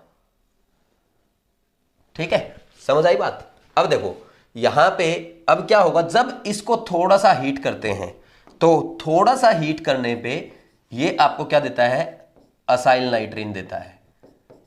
ठीक, और यहां से N2 गैस रिलीज हो जाएगी। समझ आ रही कि नहीं आ रही बात, कोई डाउट है क्या। फिर फर्दर ये आपस में ये क्या करता है, ये रीअरेंज कर लेता है, क्या बनाएगा, अल्काइल आइसोसाइनेट बना लेगा। कोई डाउट है क्या। ठीक, फिर अल्काइल आइसोसाइनेट का आपको हाइड्रोलिसिस करना है, एसिडिक हाइड्रोलिसिस। क्या बनेगा, देखो यहां पर आपका ये H OH H और OH सेम प्रोसीजर है बिल्कुल, चाहे सिमडिट रिएक्शन हो चाहे होफमैन ब्रोमामाइड रिएक्शन हो। क्या बनेगा, रिएक्शन इंटरमीडिएट आपका नाइट्रीन बनेगा। बात समझ में आ गई, असाइल नाइट्रीन। फिर वो क्या करेगा, रीअरेंज करके अल्काइल आइसोसाइनेट बना लेगा। ठीक, अब नेक्स्ट देखो, यहीं पे अगर आपको सिमडिट की बजाय कर्टियस रिएक्शन दे दी जाए, तो कर्टियस रिएक्शन में भी बिल्कुल सेम प्रोसीजर है। इसमें क्या होता है, ये आपका एसिड की जगह एसिड हैलाइड दिया मिलेगा, या इसको असाइल हैलाइड बोल सकते हो। और इसकी रिएक्शन किसके साथ कराई जाती है, सोडियम अजाइड के साथ इन प्रेजेंस ऑफ KOH। ठीक, तो क्या बनेगा, देखो भाई सबसे पहले आपका प्राइमरी अमीन बनेगा, और क्या बनेगा, K2CO3 बनेगा। ठीक, प्लस और NaCl बनेगा, प्लस N2 गैस भी रिलीज होगी। फिर सेम प्रोसीजर है, यहां पे आप इसकी रिएक्शन किसके साथ करवाएंगे, NaN3 के साथ ना, तो NaN3 के साथ कराओगे तो वही है अजाइड आयन है, तो अजाइड आयन से क्या बनेगा, ये बनता है। समझ आई बात। फिर क्या होता है, हीट कर देते हो, हीट करने पे क्या देगा, N2 गैस रिलीज करेगा, RCO, ये असाइल नाइट्रीन बना लिया। फिर ये अपने आप को रीअरेंज करेगा, अल्काइल आइसोसाइनेट, और अल्काइल आइसोसाइनेट पे पीछे KOH की रिएक्शन आपने करवाई थी, याद है आपको, होफमैन ब्रोमामाइड रिएक्शन में करवाई थी या नहीं करवाई थी। यहां पे ये HOK, ऐसे याद रख लो इसको। ठीक, इसको ऐसे ध्यान रख सकते हो, बार बार पूरा डिटेल में लिखने की जरूरत नहीं है। अगर लिखना चाहते हो तो पेज पलट के पीछे वाले पेज पे देख सकते हो। बात समझ में आ रही कि नहीं आ रही, हो जाएगा। अब देखो, चाहे आपकी होफमैन ब्रोमामाइड रिएक्शन हो, चाहे आपकी सिमडेट रिएक्शन हो, चाहे कर्टियस रिएक्शन हो, तीनों में क्या बन रहा है? प्रोडक्ट क्या है? मेजर प्रोडक्ट आपका प्राइमरी अमाइन है। समझ आ गई बात? अब इसके बाद नेक्स्ट पॉइंट ये है, तीनों ही रिएक्शन में आपका रिएक्शन इंटरमीडिएट क्या बनता है? असाइल नाइट्रीन बनता है। फिर असाइल नाइट्रीन अपने आप को रीअरेंज करके क्या बना लेता है? असाइल नाइट्रीन अपने आप को रीअरेंज करके अल्काइल आइसोसाइनेट बना लेता है। बस आपको ये ध्यान रखना है, पूरा रिवाइज करा देता हूं तीनों को एक लाइन में, कि होफमैन ब्रोमामाइड रिएक्शन में हम क्या करते हैं? रिएक्शन इंटरमीडिएट क्या लेते हैं? अमाइड लेते हैं। किसके साथ रिएक्शन करवाई जाती है? Br2KOH के साथ। क्या बनता है? प्राइमरी अमीन बनता है, एक कार्बन कम हो जाता है। ठीक। सिमडेट रिएक्शन में हम क्या करते हैं? एसिड लेते हैं। एसिड की रिएक्शन किसके साथ कराई जाती है? हाइड्रोजोइक एसिड के साथ, in followed by acidic hydrolysis, primary amine बनेगा। एसिड की एक कार्बन कम, एसिड से एक कार्बन कम हो जाएगा। मान लीजिए यहाँ पे आपने 4 कार्बन का एसिड दिया था, तो 3 कार्बन का आपको प्राइमरी अमीन मिलेगा। ये बात समझ में आ रही कि नहीं आ रही? कर लेंगे, यहां पे लिख भी लेना कि प्राइमरी अमीन बन रहा है एसिड से। समझ आ रही बात? ठीक। सिमिलरली अगर कर्टियस रिएक्शन की बात की जाए, तो कर्टियस रिएक्शन में भी सेम है कि एसिड हैलाइड लेते हैं। एसिड हैलाइड की रिएक्शन किसके साथ करवाई जाती है? सोडियम अजाइड के साथ, फॉलोड बाय KOH। तो क्या बनता है? इसमें भी प्राइमरी अमीन बनता है। बस इतना सा ध्यान रखना होता है, और तीनों का रिएक्शन इंटरमीडिएट सेम है। ये बात भी आपको समझ में आ गई। इसको जल्दी से नोट डाउन कर लो, फिर आगे बढ़ते हैं। अभी हमने 2 इंपॉर्टेंट रिएक्शन देखी, एक थी गैब्रियल थालामाइड रिएक्शन और दूसरी थी होफमैन ब्रोमामाइड रिएक्शन, और दोनों से हमने प्राइमरी अमाइन बनाया है। नेक्स्ट हम करेंगे रिडक्टिव अमोनियोलिसिस ऑफ कार्बोनिल कंपाउंड। लिखो, रिडक्टिव अमोनियोलिसिस ऑफ कार्बोनिल कंपाउंड। ठीक है। अब देखो यहां पे आपको क्या दिया मिलेगा, इसमें हम करते हैं, जैसे यहां पे ये C डबल बॉन्ड O है, एल्डिहाइड भी हो सकता है, कीटोन भी हो सकता है। ठीक। तो इसकी रिएक्शन किसके साथ करवाई जाएगी? अमोनिया के साथ। ठीक। तो यहां से क्या होगा? यहां से वाटर निकल जाएगा, ऐसे यहां से वाटर निकल जाएगा। समझ आ रही बात? तो अब क्या होगा? यहां पे आपको क्या मिलेगा? C double bond NH। ठीक। इसका अब रिडक्शन कर दो NiH2 के साथ, तो क्या होगा? एक हाइड्रोजन इसके लग जाएगा, एक हाइड्रोजन इसके लग जाएगा। ठीक। अब देखो कैसे करनी है आपको ये रिएक्शन, इसका एक एग्जांपल हम समझते हैं। जैसे मान लीजिए यहां पे आपको दे दिया जाए, ये दे दिया आपको साइक्लोकीटोन, ठीक, साइक्लोहेक्सेनोन। इसकी रिएक्शन पहले उसने किसके साथ करवाई? मान लीजिए आपको बोल दिया NH3 के साथ, फॉलोड बाई निकिल D2 के साथ। यहां पे इस बार ड्यूटेरियम दे दिया। अब आपको डाउट ये आएगा कि कहां पे D लगेगा और कहां पे H लगेगा। तो पहले आप एक काम करो, इस रिएक्शन के प्रोसीजर के थ्रू चलो। ये क्या बना आपका? पहले तो ये बनेगा ना NH। समझ आ रही बात? अब आप क्या करेंगे? अब यहां पे ये D, ये डबल बॉन्ड हटेगा, एक यहां पे आएगा, एक यहां पे आएगा। बात समझ में आ रही कि नहीं आ रही? कर लेंगे। तो यहां पे D आएगा एक तो, और एक D आपका यहां आ जाएगा। कर लेंगे ऐसे। सिमिलरली अगर मान लीजिए एग्जामिनर आपको ऐसे देता ND3, ठीक, और फिर बोलता निकिल H2, तो इस बार आप क्या करते? आप इस रिएक्शन को ऐसे बना लेते, यहां पे डबल बॉन्ड ND आएगा। अब नेक्स्ट आप क्या करेंगे? इसको हटाओ और दोनों के एक एक H लगा दो, यहां भी H आएगा। ठीक, वो दिखाने की जरूरत नहीं, अंडरस्टूड है। समझ आ रही बात? कर लेंगे। अब नेक्स्ट देखो, फ्रॉम ग्रिग्नार्ड रीजेंट। नेक्स्ट है फ्रॉम ग्रिग्नार्ड रीजेंट। इसमें क्या होगा? ये इजी सी रिएक्शन है, RMgX की रिएक्शन किसके साथ करा दो? ClNH2 के साथ। क्या बन जाएगा? RNH2 प्लस MgX और Cl। समझ आया कि नहीं आया? ठीक। अच्छा, एक छोटी सी रिएक्शन और बची है, वो भी हम कर लेते हैं। वो क्या है आपका? देखो यहां पे कर लेंगे। ठीक, क्या लिखना है? लिखो, डीकार्बोक्सिलेशन ऑफ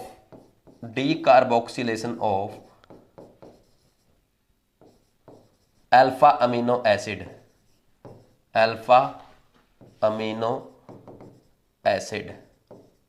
ठीक।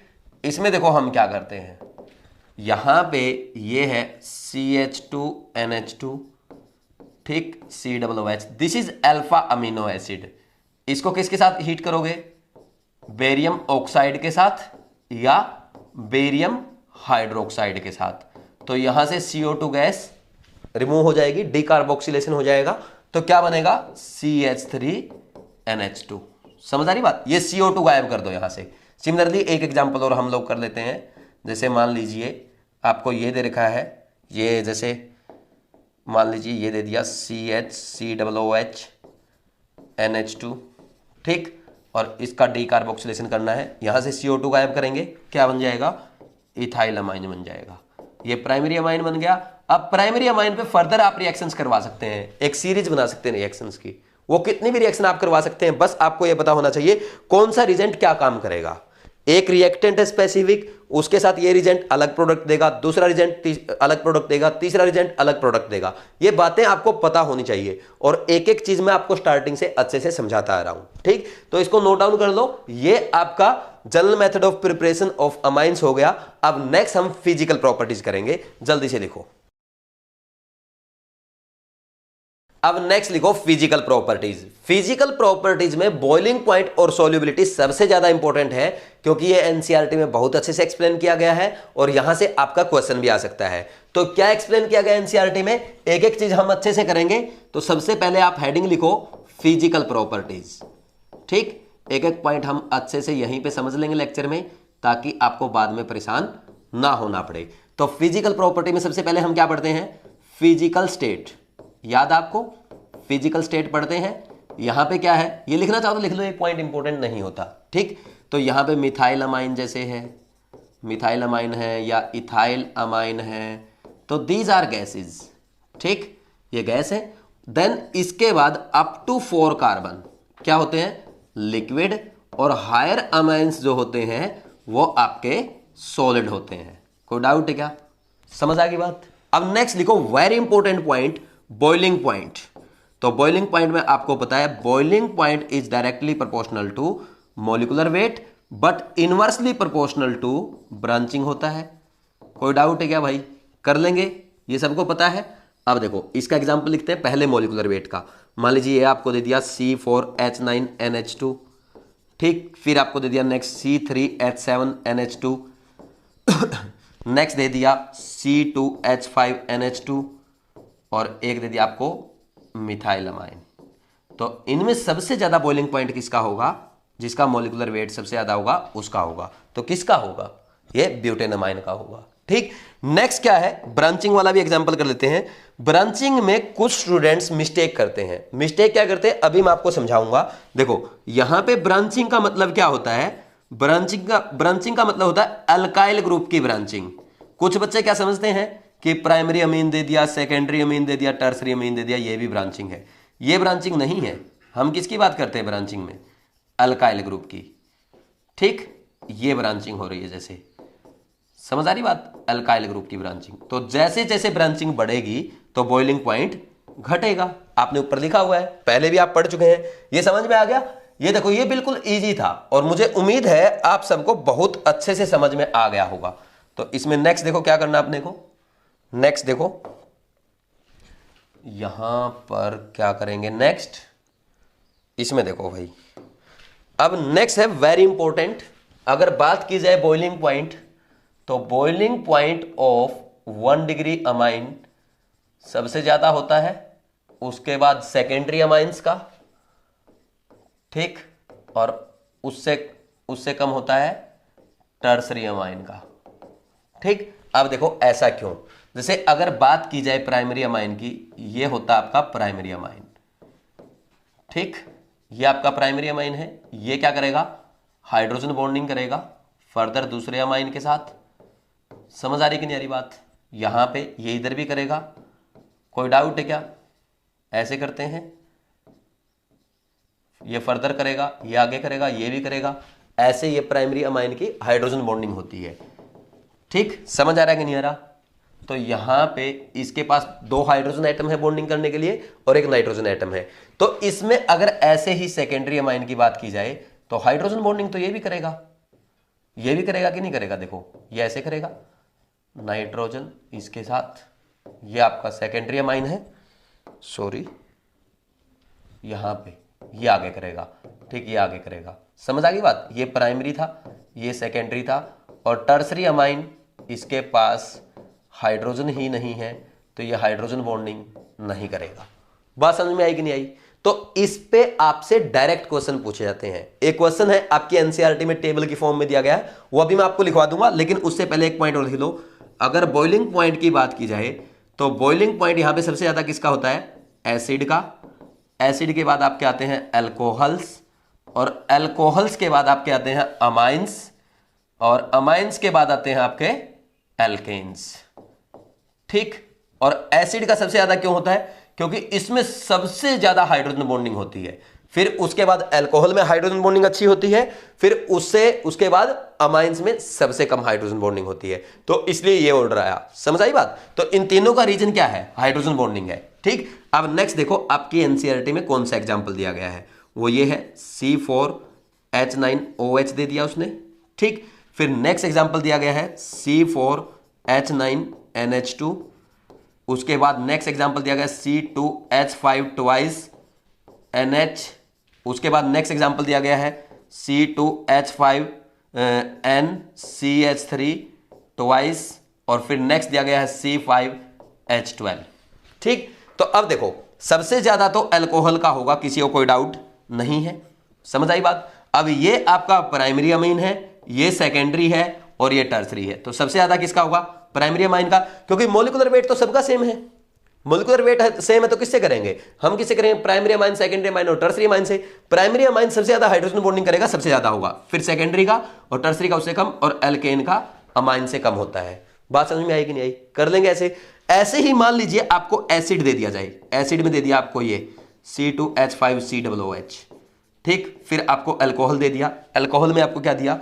C3 ये दे दिया C4H9OH। ठीक, फिर और क्या दिया गया आपको? यहां पे अमाइन दे दिया C4H9NH2, और एक दे दिया आपको C5H12। तो इसमें सबसे ज्यादा किसका होगा? एसिड का, फिर अल्कोहल का, फिर अमाइंस का, फिर आपका एल्केन्स का। तो ये बॉइलिंग पॉइंट के कॉन्सेप्ट थे, बॉइलिंग पॉइंट के एग्जांपल मैंने आपको समझाए। इसके अलावा एग्जामिनर आपसे कोई और क्वेश्चन नहीं पूछ सकता, ओनली यहां से क्वेश्चन पूछेगा। ये मुझे उम्मीद है आपको अच्छे से समझ में आ गया होगा। अब आप इसको नोट डाउन कर सकते हैं। नेक्स्ट हम सोल्युबिलिटी करेंगे। नेक्स्ट लिखो सेकंड फिजिकल प्रॉपर्टी सोल्युबिलिटी। ये भी इंपॉर्टेंट है, एनसीईआरटी में बहुत अच्छे से एक्सप्लेन किया गया है। तो इसमें हम क्या लिखेंगे? देखो सोल्युबिलिटी, आपको पता है solubility is inversely proportional to molecular weight but directly proportional to branching होता है। कोई डाउट है क्या? कर लेंगे भाई ऐसे, जैसे मॉलिक्यूलर वेट वाला एग्जांपल करते हैं पहले।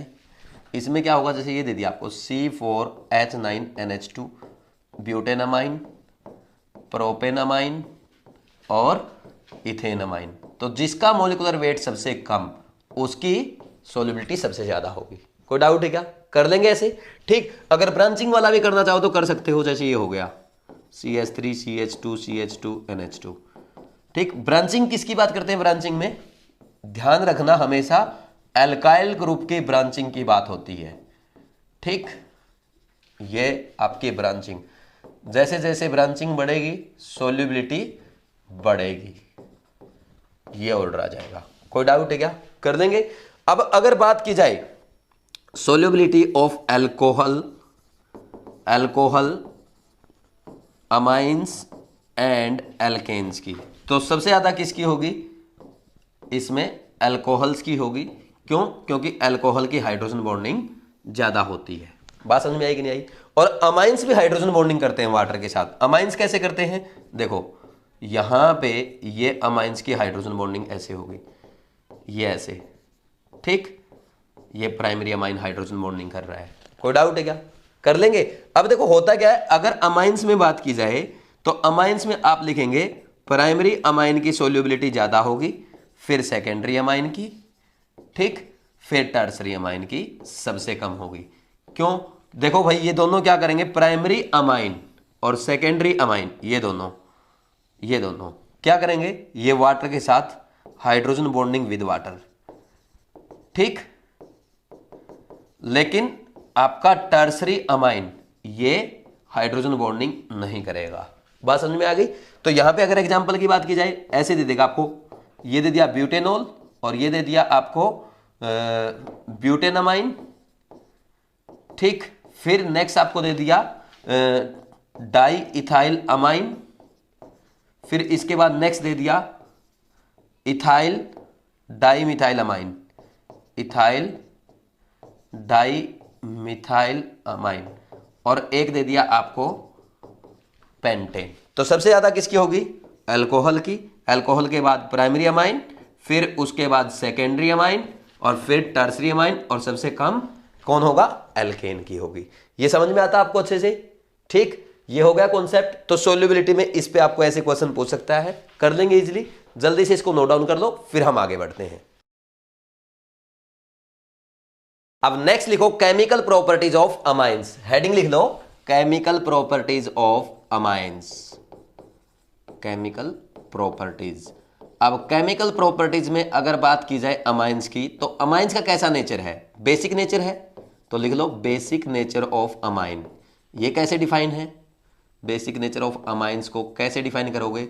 देखो अमाइंस क्या करते हैं, रेड लिटमस को ब्लू कर देते हैं, ठीक। तो हम क्या कहते हैं, एसिड नीले लिटमस को लाल करता है। अनिल से याद किया था। अगर इसका उल्टा हो जाए, लाल लिटमस को कोई नीला करे, यानी रेड लिटमस को ब्लू अगर कर दे, तो क्या होगा? एसिड का उल्टा। एसिड का उल्टा क्या होगा? बेस। तो हम यहां क्या बोलेंगे? Amines turns red litmus into blue, ठीक।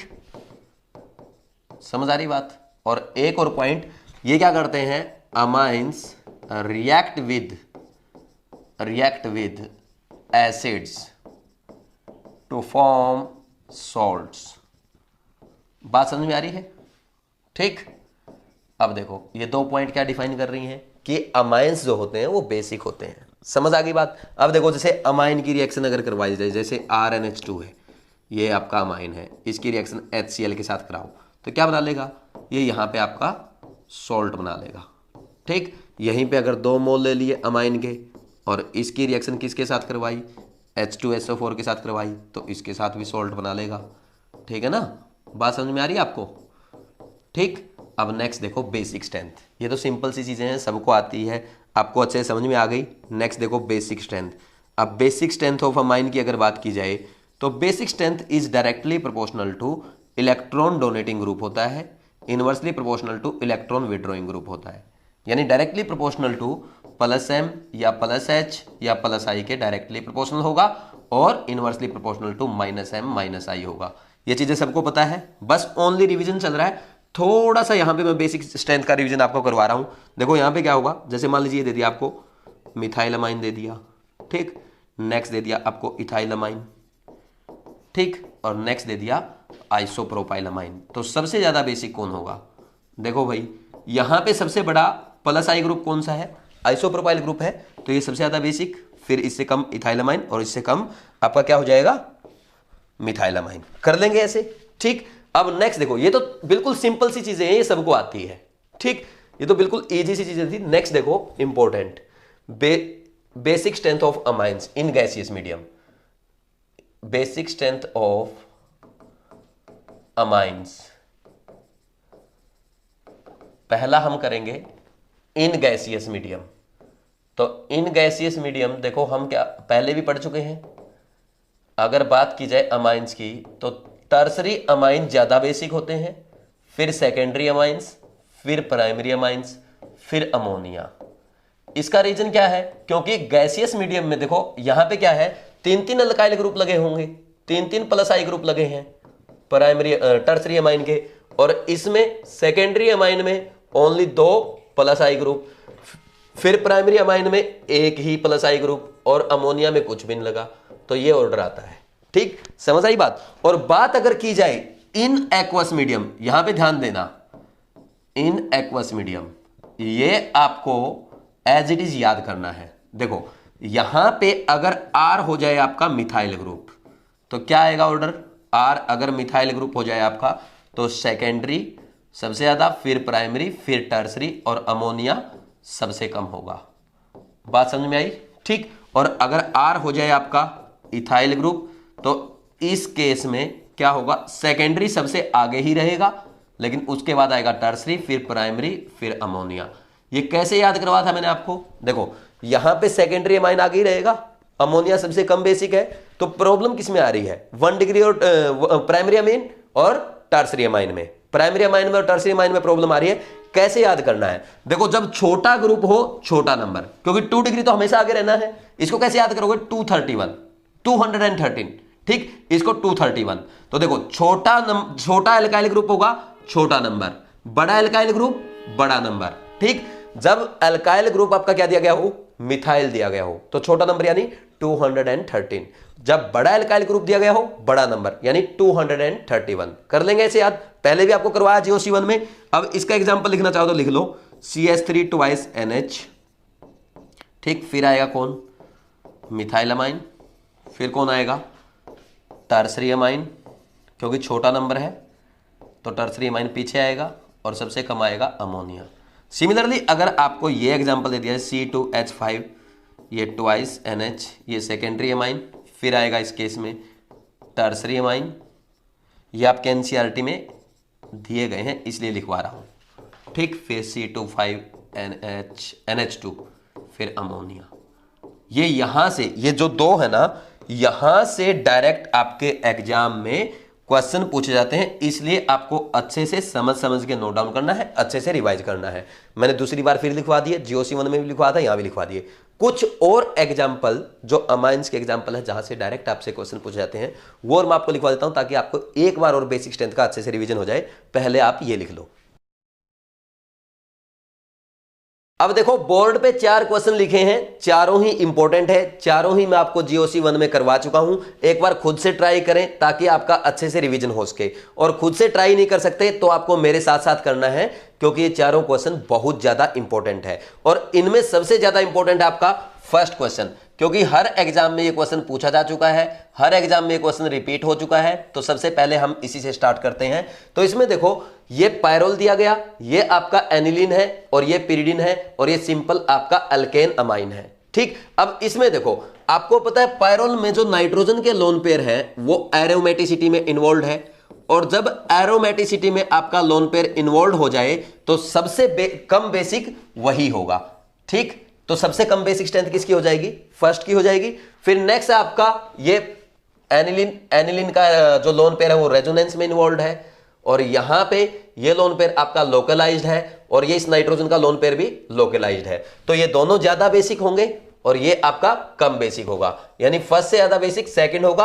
अब अपने को थर्ड और फोर्थ में कंपैरिजन करना है, क्योंकि लोकलाइज्ड जो लोन पेयर होते हैं वो ज्यादा बेसिक होते हैं, और जो डीलोकलाइज्ड लोन पेयर होते हैं वो कम बेसिक होते हैं। ये दोनों डीलोकलाइज्ड थे फर्स्ट और सेकंड के, थर्ड और फोर्थ के दोनों लोकलाइज्ड है। अब थर्ड और फोर्थ में कैसे कंपैरिजन करेंगे, देखो ये नाइट्रोजन sp2 है और ये नाइट्रोजन आपका sp है, sp3 है। तो sp3 की इलेक्ट्रोनेगेटिविटी कम होगी, इसलिए ये ज्यादा बेसिक होगा, और इससे कम बेसिक थर्ड वाला होगा, क्योंकि sp2 की इलेक्ट्रोनेगेटिविटी थोड़ी सी ज्यादा होती है, वो अपने इलेक्ट्रॉन नहीं देना चाहेगा, ठीक। तो नाइट्रोजन sp3 जहां पे होगा उसकी बेसिक स्ट्रेंथ ज्यादा, नाइट्रोजन sp2 जहां पे होगा उसकी बेसिक स्ट्रेंथ थोड़ा सा कम होगा। ये हो जाएगा। ये अच्छा क्वेश्चन है, डायरेक्ट एज इट इज आपके एग्जाम में पूछा जाता है। अब नेक्स्ट आगे देखो, यहां पे अगर बात की जाए, ये क्वेश्चन आपके सामने लिखे हुए हैं, तो इसमें स्टूडेंट क्या करता है, ध्यान से सुनना। स्टूडेंट बोलेगा सर देखो यहां पे +H, यहां भी +H, यहां भी +H, तो सबसे ज्यादा बेसिक कौन होगा, देखो यहां पे दोनों का, यहां पे +H नहीं होगा,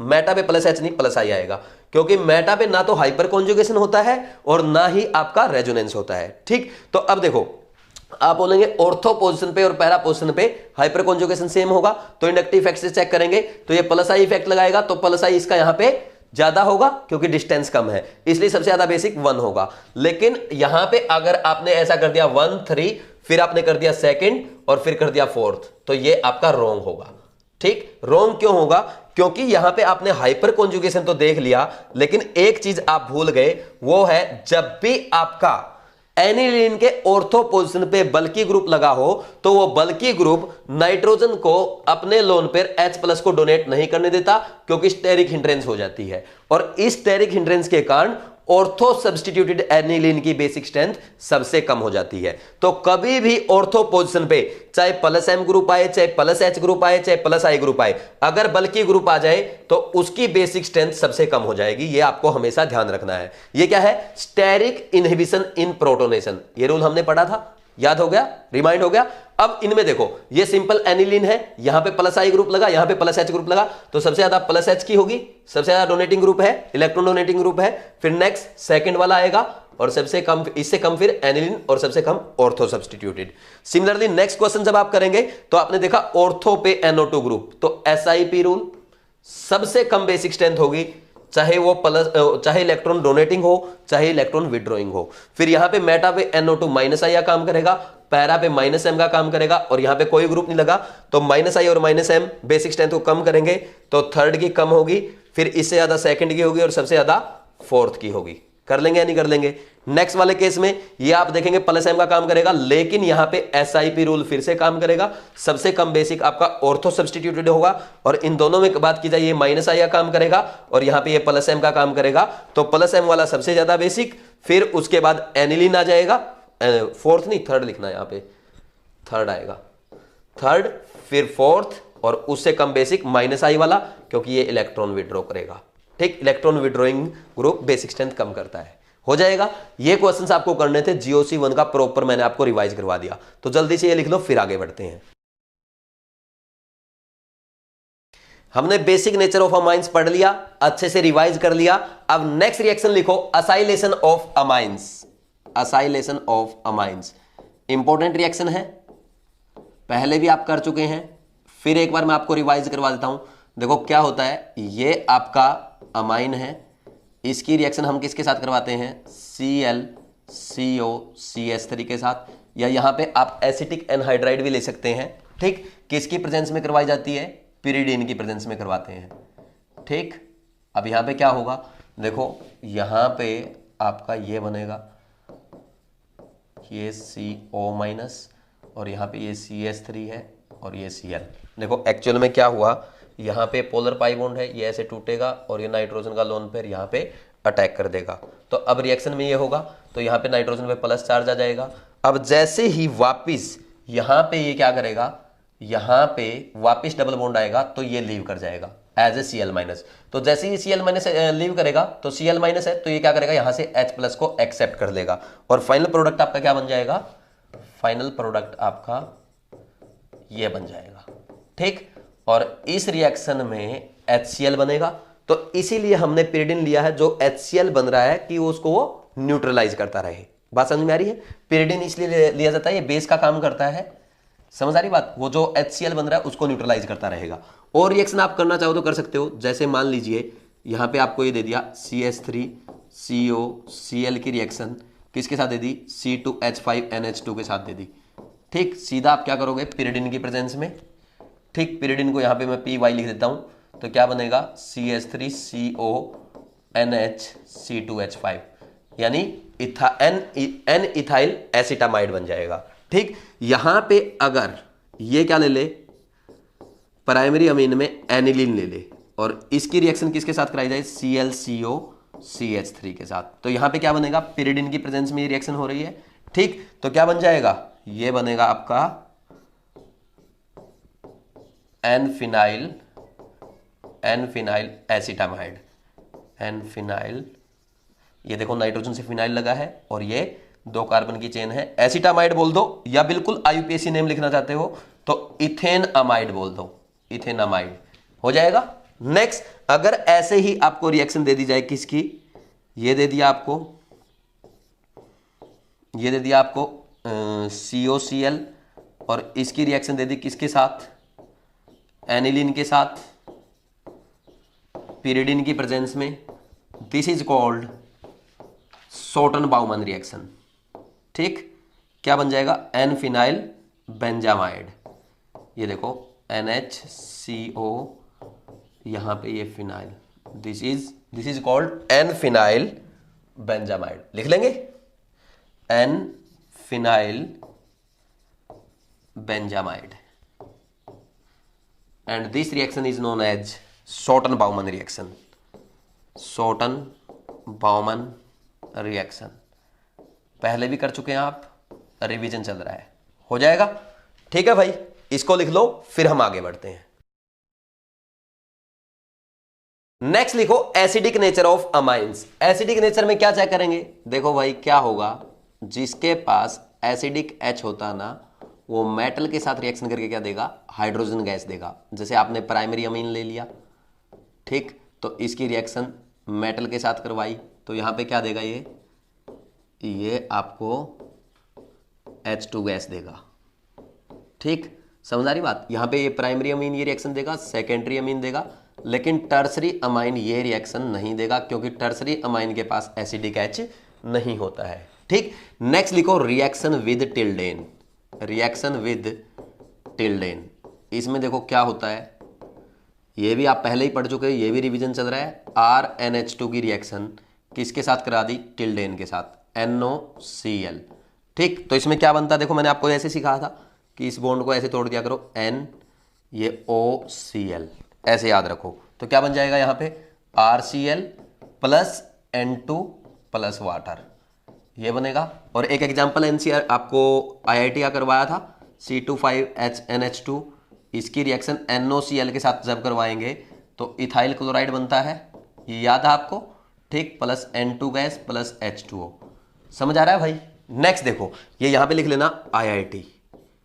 ठीक, फिर इसके बाद रिएक्शन विद एल्डिहाइड, ये भी आप पढ़ चुके हैं। ठीक, ये भी आपका रिवीजन हो रहा है। रिएक्शन विद एल्डिहाइड में क्या है? जब एल्डिहाइड की रिएक्शन आप प्राइमरी अमीन के साथ करवाते हैं तो यहां पे क्या है? वाटर निकल जाएगा, बताया था। क्या बन जाएगा? RCH डबल बॉन्ड N, और यहां पे ये R लिख सकते हो आप। ठीक, ये बन जाएगा। कोई डाउट है क्या? कर लेंगे। ये क्या है? सिफ बेस है ना, सिफ बेस। ठीक, ये R' कर लो इसको। ठीक, नेक्स्ट इसके बाद एक रिएक्शन और आपको करवाई थी, वो है Hofmann carbyl amine reaction. Carbyl amine reaction या आइसोसाइनाइड टेस्ट भी बोलते हैं इसको, आइसोसाइनाइड टेस्ट। याद आया? इसमें आपने क्या किया था?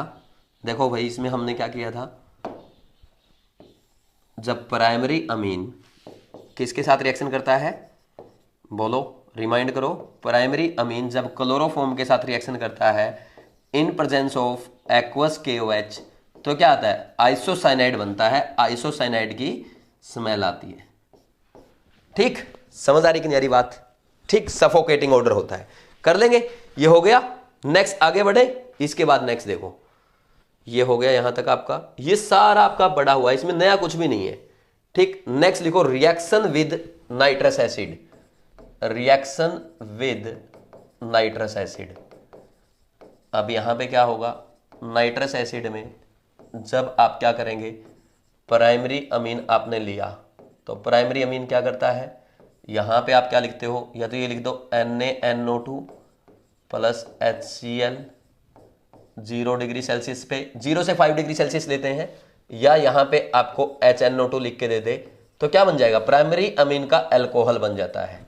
ठीक, समझ आ रही बात? और यहां पे अगर आप मिथाइल अमाइन ले लेते हैं तो मिथाइल अमाइन में अल्कोहल की बजाय ईथर बन जाता है। ये एक्सेप्शन था, ये भी मैंने आपको अच्छे से समझाया था। देखो यहां पे क्या बन जाएगा? आपका डाई मिथाइल ईथर बन जाता है। इसमें कोई डाउट नहीं होना चाहिए। ठीक, अब नेक्स्ट देखो, जब हम यहां पे सेकेंडरी अमाइन लेते हैं तो सेकेंडरी अमाइन के केस में क्या होगा? यहां पे इसकी रिएक्शन आप किसके साथ करवाओगे? HNO2 के साथ। ये आपका HNO2 है। ठीक, तो यहां से वाटर निकल जाएगा, ये फिर क्या होगा? यहां पे क्या बनेगा? Die alkyl nitroso amine. This is die alkyl nitroso, 2 alkyl लगे, एक नाइट्रोसो, NO ग्रुप लगा, और ये अमाइन है। ठीक, अब इसमें हम यहां पे क्या करते हैं? यहां पे आप एक काम करो, थोड़ा सा फिनोल और कुछ ड्रॉप डाइल्यूट H2SO4 की डाल दो। Phenol and few drops of dilute H2SO4, ये डालने पे इसका कलर कैसा हो जाएगा? रेड कलर देगा, फिर आप इसमें वापस NaOH डाल दो, NaOH के साथ ट्रीट करने पे कैसा कलर मिलेगा, ब्लू कलर मिलेगा। अब आपको कुछ याद आ रहा है, this is Liebermann nitroso test, Liebermann nitroso test, ठीक। और नेक्स्ट, जब आप टर्सरी अमाइन की रिएक्शन किसके साथ करते हैं, HNO2 के साथ करते हैं, नाइट्रस एसिड के साथ करते हैं, तो ये रिएक्शन नहीं देता है। बात समझ में आई। अब देखो, प्राइमरी अमाइन ने क्या दिया, अल्कोहल दिया, सेकेंडरी अमाइन का आपने नाइट्रोसो टेस्ट देखा, टर्सरी अमाइन ने रिएक्शन नहीं दी। यानी आप HNO2 से नाइट्रस एसिड से प्राइमरी, सेकेंडरी और टर्सरी अमाइन को डिफरेंशिएट कर सकते हो, अलग कर सकते हो। तो यहां पे नोट डाल देना, वी कैन distinguish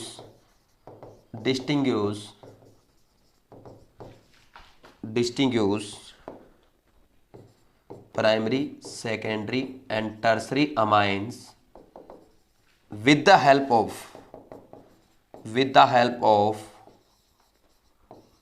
क्या बोलेंगे, नाइट्रस एसिड। समझ आया कि नहीं आया, कर लेंगे। जल्दी से इसको लिख लो, ये थोड़ी सी नई चीज आपके लिए हो सकती है, लेकिन ये भी आप पहले फिनोल में पढ़ चुके हैं, आपको याद होगा, ये लीबरमैन नाइट्रोसो टेस्ट हम देख चुके हैं, ठीक। कर लेंगे ऐसे, इसको लिख लो, फिर हम आगे बढ़ते हैं। अब नेक्स्ट लिखो Hofmann mustard oil reaction, heading लिखो होफमैन मस्टर्ड ऑयल रिएक्शन। अब देखो इसमें क्या होगा, बिल्कुल इजी सी रिएक्शन है। सबसे पहले किसकी कराएंगे, प्राइमरी अमीन की कराएंगे, यानी RNH2 की। क्या करते हैं इसमें, सबसे पहले CH2 के साथ रिएक्शन करवाई जाती है। अब देखो CH2 में क्या है, कार्बन सल्फर का पोलर पाई बॉन्ड है, तो ये पोलर पाई बॉन्ड ऐसे टूटेगा तो कार्बन पे पॉजिटिव चार्ज आएगा, नाइट्रोजन अपने लोन पर इसको डोनेट कर देगा। तो अब क्या बनेगा, देखो भाई यहां पे क्या बन रहा है, RN, यहां पे नाइट्रोजन पे तो आ जाएगा प्लस चार्ज, ठीक। अब यहां पे ये सल्फर पे नेगेटिव चार्ज और इस पे ये पाई बॉन्ड है, ठीक। अब क्या होगा, यहां पे ये इसके ऊपर क्या है, ये इसके ऊपर प्लस चार्ज, तो ये क्या करेगा, नाइट्रोजन इस हाइड्रोजन के इलेक्ट्रॉन खींचेगा, तो इसकी एसिडिक स्ट्रेंथ बढ़ेगी, ठीक। तो ये H+ के रूप में निकल सकता है। और यहां पे सल्फर क्या है, ये S- है, तो ये बेस का काम करेगा, ये क्या करेगा, यहां से इस H+ को एक्सेप्ट कर लेगा, ठीक। जैसे ही इस H+ को निकालेगा क्या बनेगा, देखो RNH, ठीक। ये C++ और C++ और SH, ठीक, ये बन गया। अब नेक्स्ट देखना क्या होगा, नेक्स्ट यहां पे अब हम इसकी रिएक्शन किसके साथ करवाएंगे, देखो HgCl2 के साथ। यहां पे अब रिएक्शन होगी HgCl2 के साथ। तो मरकरी क्या करेगा, यहां से इस सल्फर को रिमूव कर देगा HgS की फॉर्म में, ठीक। फिर क्या होगा, ये H+ जाएगा तो यहां पे ये Cl के साथ जुड़ जाएगा, यहां से ये H+ जाएगा वो दूसरे Cl के साथ जुड़ जाएगा। तो यहां पे एक्चुअल में बनेगा क्या, देखना मैं बता देता हूं आपको, इसको बल्कि मैं लिख भी देता हूं। यहां पे क्या होगा, ये H जो है ये H+ की फॉर्म में जाएगा, ये पाई बॉन्ड यहां आ जाएगा, ठीक। और वो इसको कैप्चर कर लेगा, ठीक, मरकरी इसको कैप्चर करेगा। इसीलिए हम SH को क्या बोलते हैं, IUPAC में आपने पढ़ा था, SH को मरकैप्टो बोलते हैं। उसका प्रीफिक्स क्या यूज करते हैं, mercapto, captured by mercury, mercapto, ठीक। तो यहां पे देखो क्या बनेगा, एक तो बनेगा आपका ये alkyl isothiocyanate plus HgS plus 2 HCl के मोल, ठीक। और इसको क्या बोलते हैं, अल्काइल आइसोथायोसाइनेट, ठीक। ये क्या देता है, ये मस्टर्ड ऑयल स्मेल देता है, मस्टर्ड ऑयल स्मेल देता है। बात समझ में आई कि नहीं आई, कोई डाउट है क्या, कर लेंगे या नहीं कर लेंगे, ठीक। अब देखो नेक्स्ट क्या है, यहां पे जैसे मान लीजिए, अब सिंपल सा फंडा ये है, आपको एग्जाम में ऐसे रिएक्शन दी गई तो आपको लिखा मिलेगा CH2 HgCl2, ठीक। या नीचे भी लिख देता है, ऐसे भी लिख देता है, CH2 लिख दिया, ठीक, और HgCl2 लिख दिया, ऐसे भी लिख देता है, ठीक। तो आप क्या बोलेंगे, मस्टर्ड ऑयल स्मेल आएगी, तो यहां लिख दिया मस्टर्ड ऑयल स्मेल, ठीक। तो उसी टाइम आप समझ जाएंगे कि ये प्राइमरी अमाइन है, ठीक। नेक्स्ट देखो, अगर यहां पे हम सेकेंडरी अमाइन ले लेते हैं तो इस केस में क्या होगा, यहां पे CH2 के साथ रिएक्शन होगी, तो CH2 के साथ जब रिएक्शन होगी तो क्या बनेगा, देखो यहां पे ये बन जाएगा SH और ये डबल बॉन्ड S, फिर HgCl2 के साथ फर्दर ये रिएक्शन नहीं देगा, समझ आ रही बात, इसके पास एसिडिक H है ही नहीं। ठीक, अब नेक्स्ट देखो क्या होगा, यहां पे अगर आपने ले लिया टर्सरी अमाइन, तो टर्सरी अमाइन तो आपका CH2 के साथ ही रिएक्शन नहीं देता। समझ आई कि नहीं आई बात? तो हम क्या बोलते हैं, this reaction can be used to distinguish primary, secondary and tertiary amine. लिख लेना, this reaction is used to distinguish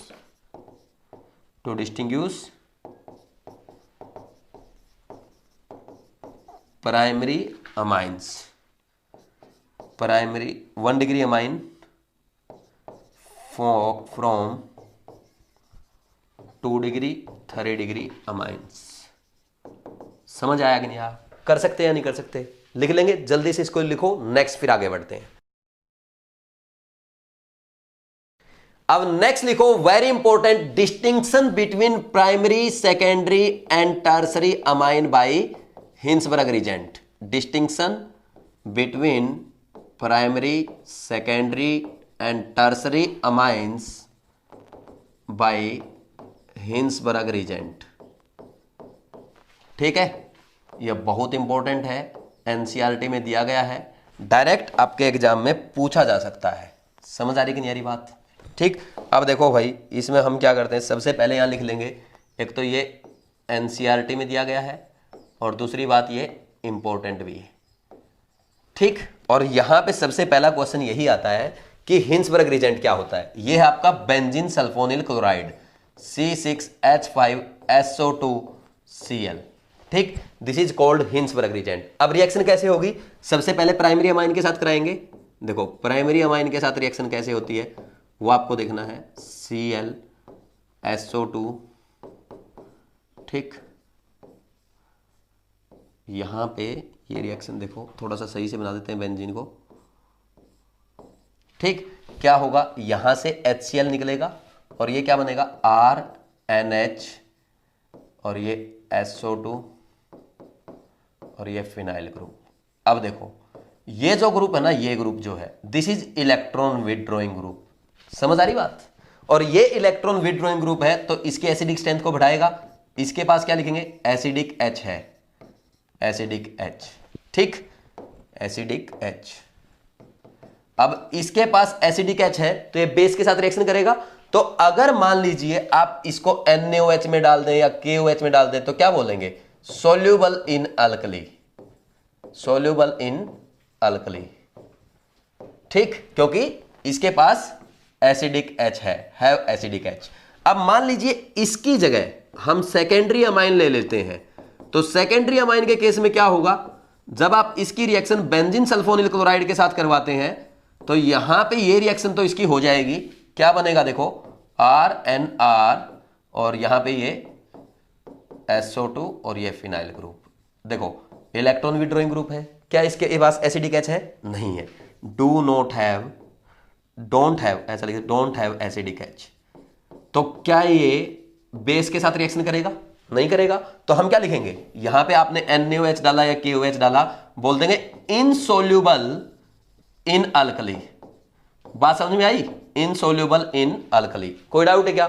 next, अगर यहां पे आपने टर्सरी अमाइन ले लिया और इसकी रिएक्शन आप हिंसबर्ग रीजेंट के साथ कर रहे हैं, तो ये हिंसबर्ग रीजेंट के साथ ही रिएक्शन नहीं देता। समझ आ रही बात? तो टर्सरी अमाइन तो ये रिएक्शन नहीं देगा। अब कैसे आपने इसको डिस्टिंग्विश किया, कैसे आपने सेपरेट किया, देखो हम लिख देते हैं शॉर्ट में, यहां पे लिख लेते हैं। आपने क्या सीखा, सबसे पहला पॉइंट तो यही है कि 1 डिग्री प्राइमरी अमाइन आपने लिया, उसकी रिएक्शन किसके साथ करी, हिंसबर्ग रीजेंट के साथ। हिंसबर्ग रीजेंट, जो प्रोडक्ट आपको मिला क्या बोलोगे, soluble in alkali, soluble in alkali. ठीक, नेक्स्ट है सेकेंडरी अमाइन, इसकी रिएक्शन आपने किसके साथ करवाई, हिंसबर्ग रीजेंट के साथ करवाई। जो प्रोडक्ट बना क्या है वो, उसके पास एसिडिक H नहीं है, so insoluble in alkali. Tertiary amine, tertiary amine की रिएक्शन हिंसबर्ग रीजेंट के साथ जब करवाते हैं वो कोई प्रोडक्ट नहीं बनाता, रिएक्शन ही नहीं देता। हो गया ना सेपरेट? ये बहुत ही इंपॉर्टेंट है, आपके एनसीईआरटी में है। तो शॉर्ट में मैंने यहां पे आपको लिख के भी दिखा दिया अलग से कि आपको ऐसे डायरेक्ट याद करना है, और हिंसबर्ग रीजेंट का फॉर्मूला डायरेक्ट एग्जामिनर आपसे पूछ सकता है, इसलिए आपको अच्छे से याद रखना है। कर लेंगे या नहीं कर लेंगे? जल्दी से इसको नोट डाउन करो। नेक्स्ट लिखो आज का last reaction, distinction between primary secondary and tertiary amine by Hofmann reagent. Distinction between primary secondary and tertiary amines by Hofmann reagent. Hofmann reagent. अब देखो इसमें हम क्या करेंगे, सबसे पहले देखो भाई, सबसे पहले हम किसके साथ रिएक्शन कराएंगे? हॉफमैन रीजेंट की प्राइमरी अमाइन के साथ, फिर सेकेंडरी के साथ, फिर टर्सरी के साथ। तो देखो हॉफमैन रीजेंट क्या होता है? Ethyl oxalate. ये ऑक्जेलिक एसिड है आपका, ठीक, इसका एस्टर बना लो, ठीक, इथेनॉल के साथ रिएक्शन करवाई तो ये बन जाएगा आपका हॉफमैन रीजेंट।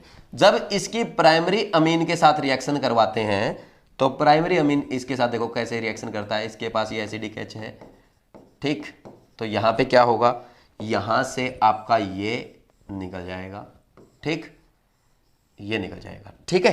अब क्या बनेगा देखो, ये बनेगा आपका ऑक्जामाइड, ऑक्जामाइड, ठीक, अमाइड बन गया, ये ऑक्जामाइड बोलते हैं इसको, ठीक, और ये बनता है आपका सॉलिड। बात समझ में आई? अब नेक्स्ट देखो, यहां पे हॉफमैन रीजेंट की रिएक्शन किसके साथ करवाएंगे? अब आप सेकेंडरी अमाइन के साथ, ठीक। अब जब आप सेकेंडरी अमाइन के साथ इसकी रिएक्शन करवाते हैं तो यहां पे क्या होता है देखो, यहां पे क्या होगा भाई, यहां पे ये निकल जाएगा, ठीक। अब क्या बनेगा, सी डबल बॉन्ड ओ, ये ओ, सॉरी, यहां पे बनेगा आपका एन आर, ये आर, और ये सी डबल बॉन्ड ओ, और ये OAT, ये बनता है लिक्विड, ठीक। और जब आप इसकी रिएक्शन टर्सरी अमाइन के साथ करवाते हैं तो क्या होगा, टर्सरी अमाइन के साथ ये रिएक्शन नहीं देता है। समझ आई बात? प्राइमरी अमाइन के साथ क्या बनाया, सॉलिड प्रोडक्ट, सेकेंडरी अमाइन के साथ क्या बनाया, लिक्विड प्रोडक्ट, और टर्सरी अमाइन के साथ रिएक्शन ही नहीं दी। तो ऐसे हॉफमैन रीजेंट से भी आप क्या कर सकते हैं, प्राइमरी, सेकेंडरी और टर्सरी अमाइन को सेपरेट कर सकते हैं। लेकिन ये आपके एनसीईआरटी में नहीं दिया गया है, हॉफमैन रीजेंट नहीं है, हिंसबर्ग रीजेंट एनसीईआरटी में बहुत अच्छे से एक्सप्लेन किया गया है, इसलिए वो आपको अच्छे से करना है, ठीक है, लिख लो इसको। अब देखो अगर बात की जाए रिवीजन की तो इसमें आपने मैक्सिमम पुरानी चीजें ही रिवाइज की है, पुराने कॉन्सेप्ट पढ़े हैं। अगर नए कॉन्सेप्ट की बात की जाए, एक तो आपने गैब्रियल थैलामाइड रिएक्शन पढ़ा है, एक आपने हॉफमैन ब्रोमामाइड रिएक्शन पढ़ा है, दोनों से ही आपने प्राइमरी अमीन का प्रिपरेशन किया था।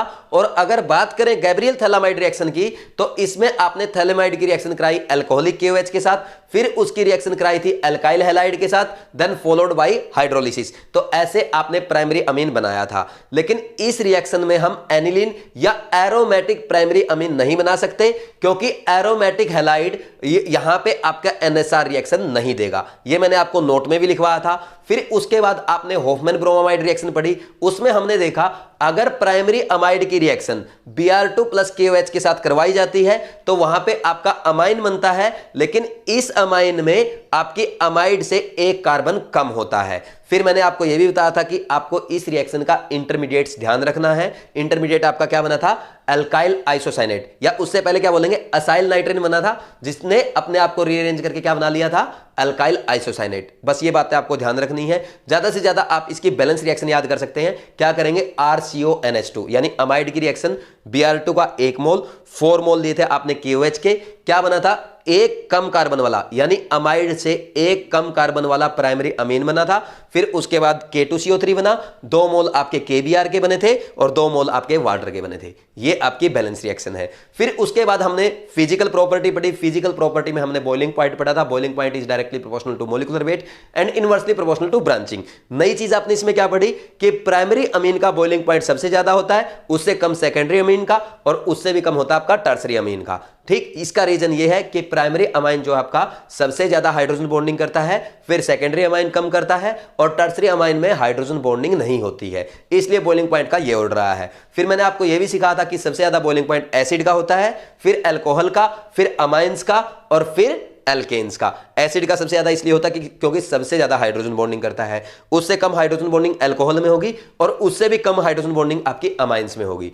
फिर इसके बाद मैंने आपको सोल्युबिलिटी पढ़ाया था। Solubility is directly proportional to branching but inversely proportional to molecular weight होता है, यह कॉन्सेप्ट मैंने आपको सिखाया था। और अगर बात करें प्राइमरी, सेकेंडरी और टर्सरी अमाइन की, तो इसमें प्राइमरी अमाइन सबसे ज्यादा सोल्यूबल होगा वाटर में, फिर सेकेंडरी अमाइन और फिर टर्सरी अमाइन। और अगर बात की जाए अल्कोहल के साथ कंपेयर किया जाए, अल्कोहल सबसे ज्यादा सोल्यूबल है वाटर में, फिर अमाइंस, फिर आपका एल्केन्स। तो अल्कोहल सबसे ज्यादा सोल्यूबल इसलिए होता है क्योंकि वो ज्यादा हाइड्रोजन बॉन्डिंग करता है। समझ आ रही बात? अब इसके बाद हमने केमिकल प्रॉपर्टीज पढ़ी थी। केमिकल प्रॉपर्टीज में सबसे पहले हमने basic nature of amines revise किया है, वो सारी चीजें आप पहले ही पढ़ चुके हैं। फिर उसके बाद कुछ रिएक्शंस देखी थी, जैसे शॉर्टन बाउमन रिएक्शन है, असाइलेशन वगैरह हमने देखा, होफमैन कार्बेलमाइन रिएक्शन देखी, या आपकी रिएक्शन विद टिल्डेन देखी। वो सारी रिएक्शन आपका रिवीजन हुआ था। अगर नए की बात की जाए तो इसमें नया जो हमने पढ़ा है, एक तो ये मान सकते हैं आप, ये रिएक्शन विद नाइट्रस एसिड कि प्राइमरी अमाइन तो क्या देगा, अल्कोहल देगा नाइट्रस एसिड के साथ। सेकेंडरी अमाइन में आपने लिबरमैन नाइट्रोसो टेस्ट पढ़ा। टर्सरी अमाइन में आपने पढ़ा कि HNO2 के साथ टर्सरी अमाइन रिएक्शन नहीं देता है। समझ आ रही बात? ये आप ऐसे इनको तीनों को सेपरेट कर सकते हैं। फिर इसके बाद नई चीज ये पड़ी थी, होफमैन मस्टर्ड ऑयल रिएक्शन। ये इंपॉर्टेंट रिएक्शन है, ये आपको ध्यान रखनी है। इसमें प्राइमरी अमाइन CH2 के साथ रिएक्शन करके followed by HgCl2, followed by reaction with HgCl2, तो इसमें क्या बनेगा, अल्काइल आइसोथायोसाइनेट बनता है, जो कैसी स्मेल देता है, मस्टर्ड ऑयल की जैसी स्मेल देता है। ठीक, तो ये ध्यान रखना है। प्राइमरी अमाइन ये रिएक्शन देगा, सेकेंडरी अमाइन CH2 के साथ रिएक्शन कर लेगा, लेकिन आगे फर्दर HgCl2 के साथ रिएक्शन नहीं करेगा, यानी इसमें मस्टर्ड ऑयल की स्मेल नहीं आएगी। और बात अगर की जाए टर्सरी अमाइन की, तो टर्सरी अमाइन आपका CH2 के साथ ही रिएक्शन नहीं करेगा। तो ऐसे हम प्राइमरी अमाइन को सेकेंडरी और टर्सरी अमाइन से सेपरेट कर सकते हैं। फिर नेक्स्ट हमने पढ़ा था distinction between primary, secondary, tertiary amines by Hinsberg reagent. ये इंपॉर्टेंट है, एनसीईआरटी में दिया गया है। देखो, प्राइमरी अमाइन के साथ हिंसबर्ग की रिएक्शन करेंगे, जो प्रोडक्ट बनेगा वो अल्कली में सोल्यूबल है क्योंकि उसके पास एसिडिक एच है। फिर सेकेंडरी अमाइन की हिंसबर्ग रीजेंट के साथ रिएक्शन करेंगे, जो प्रोडक्ट बनेगा वो अल्कली में इनसोल्यूबल है क्योंकि उसके पास एसिडिक एच नहीं है। और टर्सरी अमाइन आपका हिंसबर्ग रिएजेंट के साथ रिएक्शन नहीं करेगा। तो ऐसे हम प्राइमरी, सेकेंडरी और टर्सरी अमाइन को सेपरेट कर सकते हैं। फिर लास्ट हमने पढ़ा था होफमैन रिएजेंट के साथ डिस्टिंक्शन प्राइमरी, सेकेंडरी और टर्सरी अमाइन का, जो कि इंपॉर्टेंट नहीं है। इसमें क्या है, प्राइमरी अमाइन क्या करेगा, ऑक्सामाइड बनाएगा, सॉलिड ऑक्सामाइड बनाएगा। सेकेंडरी अमाइन क्या करता है, प्राइमरी तो बना दिया सॉलिड ऑक्सामाइड, और सेकेंडरी अमीन की अगर आप बात करेंगे, ये क्या करेगा, लिक्विड प्रोडक्ट बनाएगा। और टर्सरी अमीन की अगर बात की जाए, ये रिएक्शन नहीं देगा। ये आपका रिवीजन था। अब आपको जो आज मैंने पढ़ाया है वो एनसीईआरटी से एक बार पढ़ लेना है। तो एनसीईआरटी में जो भी लिखा हुआ है वो सब कुछ मैंने आपको करवा दिया। आपको बस एनसीईआरटी से ना तो एनिलीन पढ़ना है, ना ही कहीं पे नाइट्रोबेंजीन दिखे वो पढ़ना है। ओनली जितना मैंने आपको पढ़ाया यही पढ़ना है। फिजिकल प्रॉपर्टीज वगैरह पढ़ लेना, केमिकल प्रॉपर्टीज ऑफ अमाइंस भी पढ़ लेना, लेकिन एनिलीन के बारे में कुछ मत पढ़ना, वो नेक्स्ट लेक्चर के बाद आपको पढ़ना है। फिर इसके बाद आपको क्वेश्चन प्रैक्टिस भी कर लेनी है। मुझे उम्मीद है आप अच्छे से साथ के साथ प्रिपेयर कर रहे हो। और जैसा मैंने आपको स्टार्टिंग में बोला था कि लास्ट के लेक्चर्स में आपका मैक्सिमम ऑर्गेनिक का रिवीजन हो जाएगा, वो भी आपका हो रहा है। तो बस अब आपका काम है, इसको अच्छे से पढ़ो, अच्छे से रिवाइज करो, अच्छे से क्वेश्चन प्रैक्टिस करो और अच्छे से एनसीईआरटी पढ़ो। Thank you.